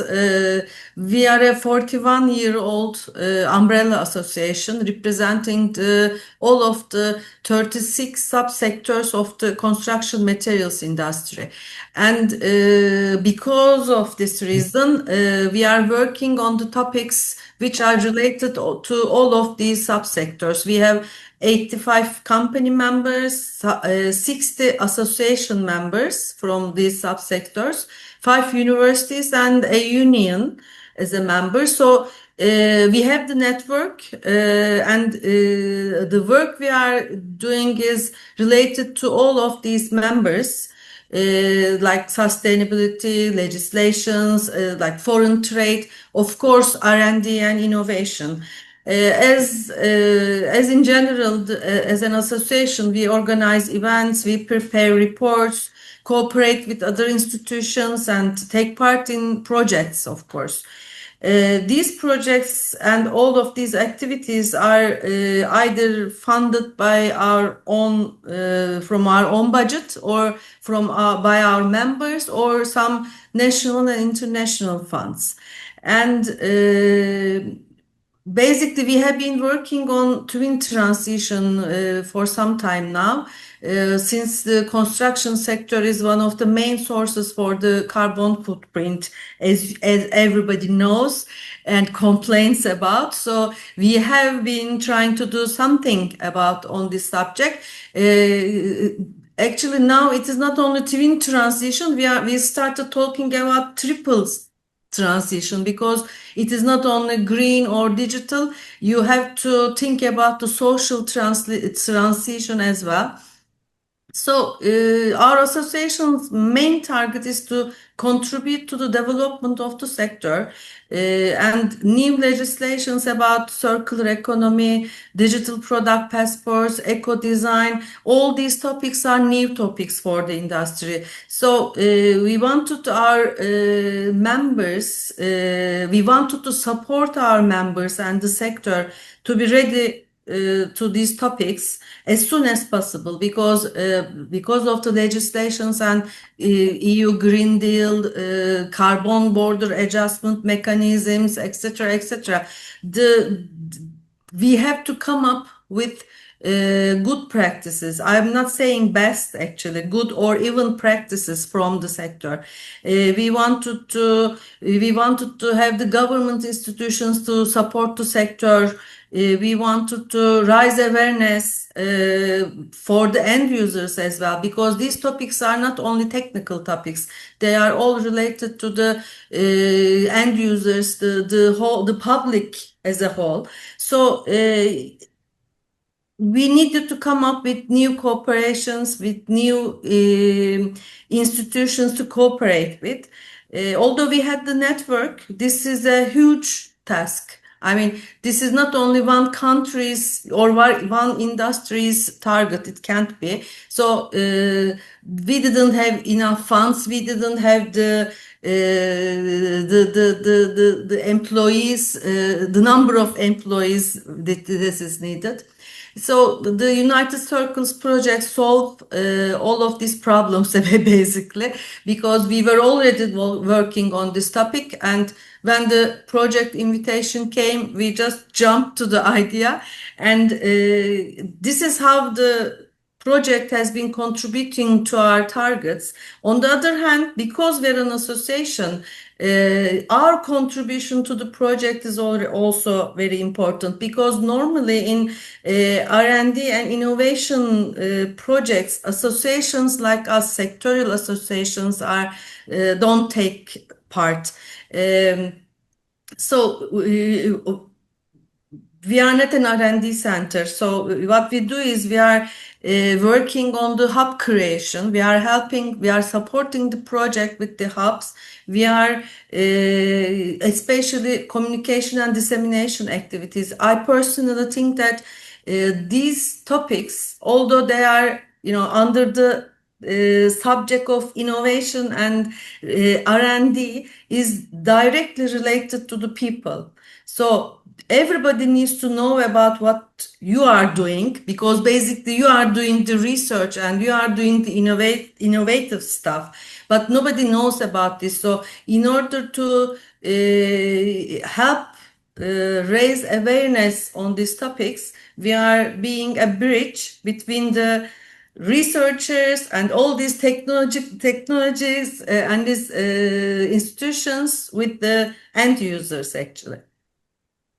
Okay, so you've already answered my next question, let's say half, because I want to ask you that from your point of view, what is the biggest motivation for an organization to take part in Horizon Europe program? Like the funding, the collaboration, and I mean, as far as I understand from your previous answer, it's mainly visibility, or is there anything else that you want to add? Actually, all of those above, but plus some extras, because the main motivation is for us especially, the main motivation is not visibility. All those motivations cannot be the main motivation. The important thing is there should be a need for an association or institution to be a partner in a Horizon project. That institution has to have an idea, a target,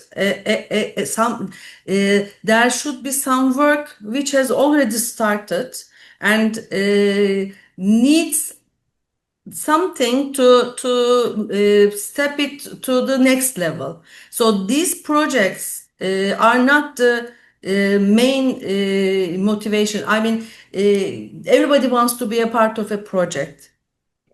I mean, everybody wants to have funds, everybody wants to be visible, but they shouldn't forget about their main target as an institution. So all these projects should be a tool to reach the institution's target. The target And the should be development. a project. Okay, thank you. And my last question, to be honest, I would like to address to both of you.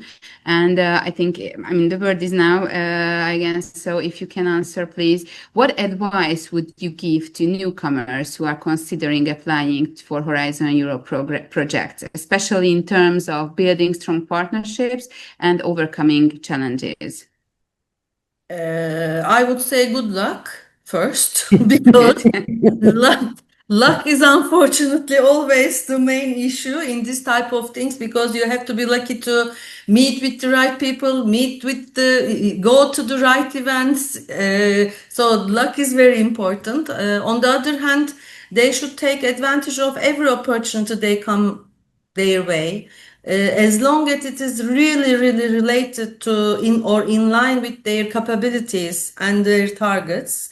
And the last one is everybody needs to know their weaknesses and their strengths, because they need to know about their capacities, because in Horizon projects, they don't come and invite you to a project and tell you what to do or ask you if you can do this or that. They want to learn how you are going to support this project. So you have to know how you can support any type of project, because otherwise it is really not really very successful. And instead of being a positive thing to be a part of many projects, you become a weakness to the consortium. Does this make sense? Yeah, but for me, absolutely, yes, because I've already heard it a few times from different organizations and companies, so absolutely makes sense for me. And what are your thoughts, Clara? What do you think about Okay, what would be your advice? yeah, so I will use some of Eigen comments, but starting with her comment. And of course, we need for sure to know our weaks and strengths and our abilities and expertise and what we can bring. And this is very, very important. So I will answer from the other point of view, and also how to what skills we need to apply. So in the proposal stage.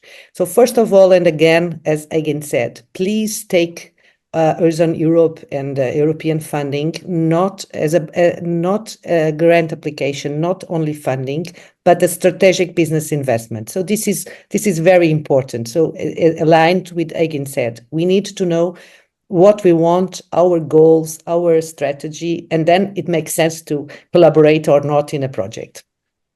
So, but from the other side, we need to know that Horizon Europe and this framework is probably the bigger and most competitive funding scheme in the world. So this is good, because we are asking and pushing to be raising the bar, and this always high quality every time is the competition is higher. So we need to be the better and better and better.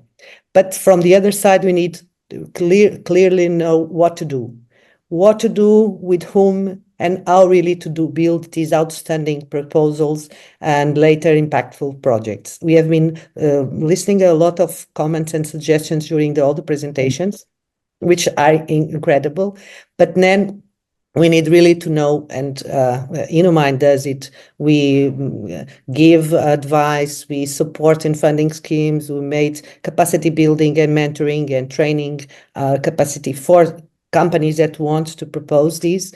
So this is very important to have the good supporting teams, good knowing about what is really to need to create a proposal. But then again, we need strong partnerships, credible implementation plans, and create real impact pathways. And again, I think that most of proposals miss this clear impact. So it's easy to go to the calls text and write it right away, but sometimes it's not like that. And my last advice is start with people. And this is a good example. This event is a very good example how to do it and how to start it. Again, as Aigen said, we need some luck for sure, but the people is starting with trusting based teams. So we need to network with people, with the need to build relations. And once we are in some networks, it's easier to, or networks or work with. So it's easier to create new projects, new alliances, and so on. So I also that we need to look at it. This is a great way to international collaboration, visibility, and growth. But then we need to start up with good partners and good relationships. Yeah, And focus on partners strategy. means hard workers and high performance partners, right? Because it's important as well. So thank you very much for your very valuable insights, both of you. And to be honest, we wish you every success in this remaining 3 years. As far as I mean, just check it. It's almost a 5 years long project, right? So it's you have still remaining 3 years. And of course, all the best for your ongoing collaboration. Thank you so much. And now I think we finished our presentations and we would like to open the floor for your questions, dear participants. So if there's anything you would like to know more about or something that wasn't fully covered, please feel free to ask our presenters and experts. And in the meantime, I checked the Q&A section, and there was one question at the very beginning of the presentation, which was addressed to Miss Bernadette Petri. I'm not sure whether she's not here with us, but I asked my colleague János whether he can answer it, or maybe we will. You can. Which research and innovation actions, goals, or funding streams are you particularly active in, especially within the digital industry and manufacturing cluster? It was the question I was asking.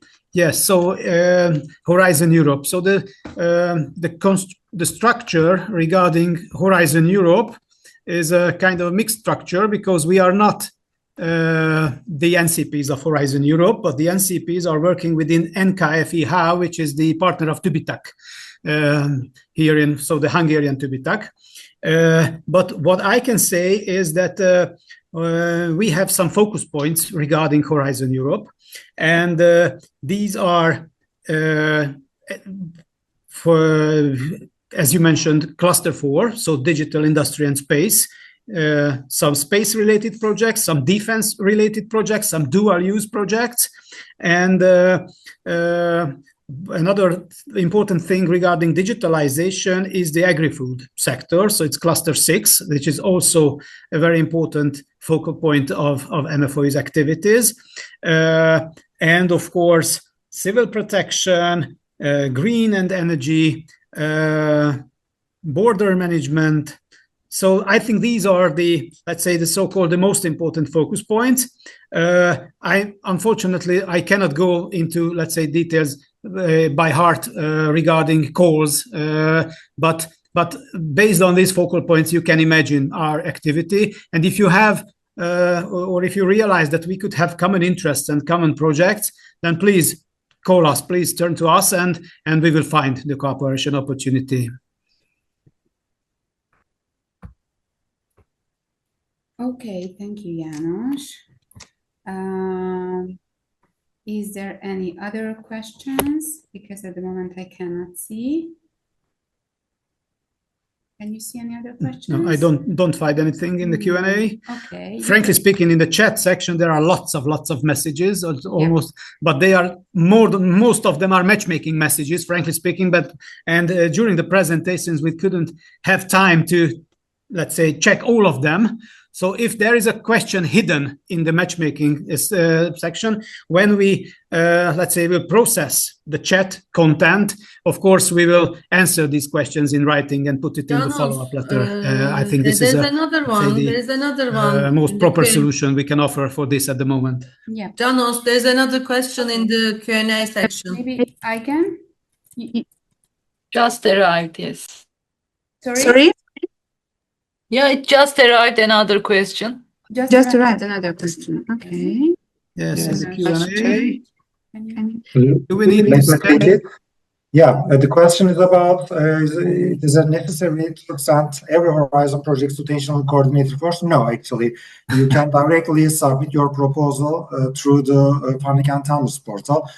So you do not have to make any, let's say, additional national application for the majority of the calls. But in several calls, for instance, CHIPS joint undertaking, you may request to make, let's say, double application, first to the European Commission, then to your national authority, in case your national authority is providing you a national fund for that particular area. But it is very rare, only in CHIPS joint undertaking, as far as I remember. And also, apart from conventional Horizon Europe calls, in, let's say, co-funded partnerships, of course, apart from the international submission, you should also make a national submission as well. Thank you. Thank you, sir. I just wanted to add that I didn't mention NKFE has NCPs as a must. It's an opportunity. So, of course, you don't need to, but it very often happens that the applicant has questions. So if you have questions and if you think that the NCPs can help, of course, it's an opportunity to turn to the NCPs as well. Thank you. Okay, and in the chat, we saw several questions about how can we or how will we share the contact details and the introduction of the participants. We will figure out the mode of it. How can we collect them and share them with you in the follow-up letter, such as the presentations and the recording as well. So it seems there are no more questions, right? Or can you see?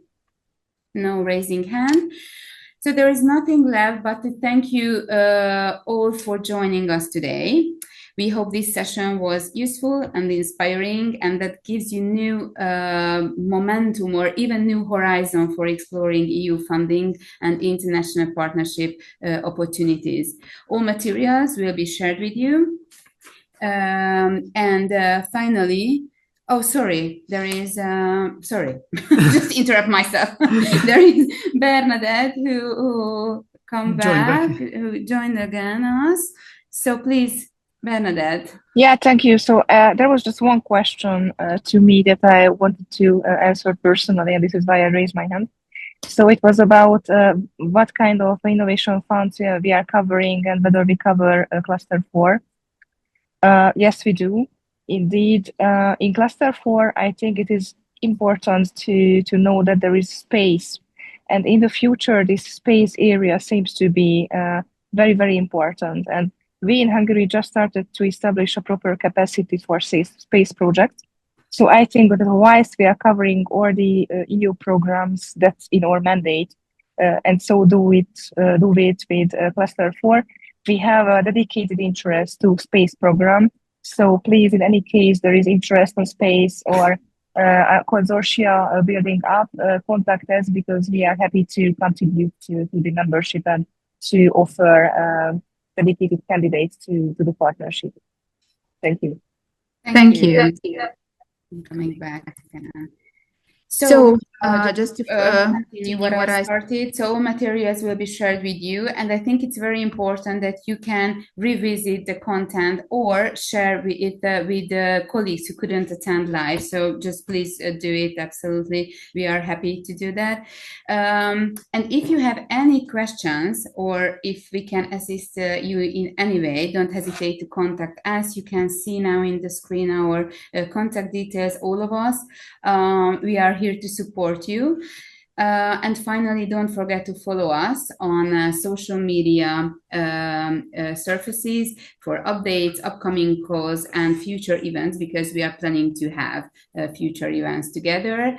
And we wish you every best of luck with your EU proposals and joint projects.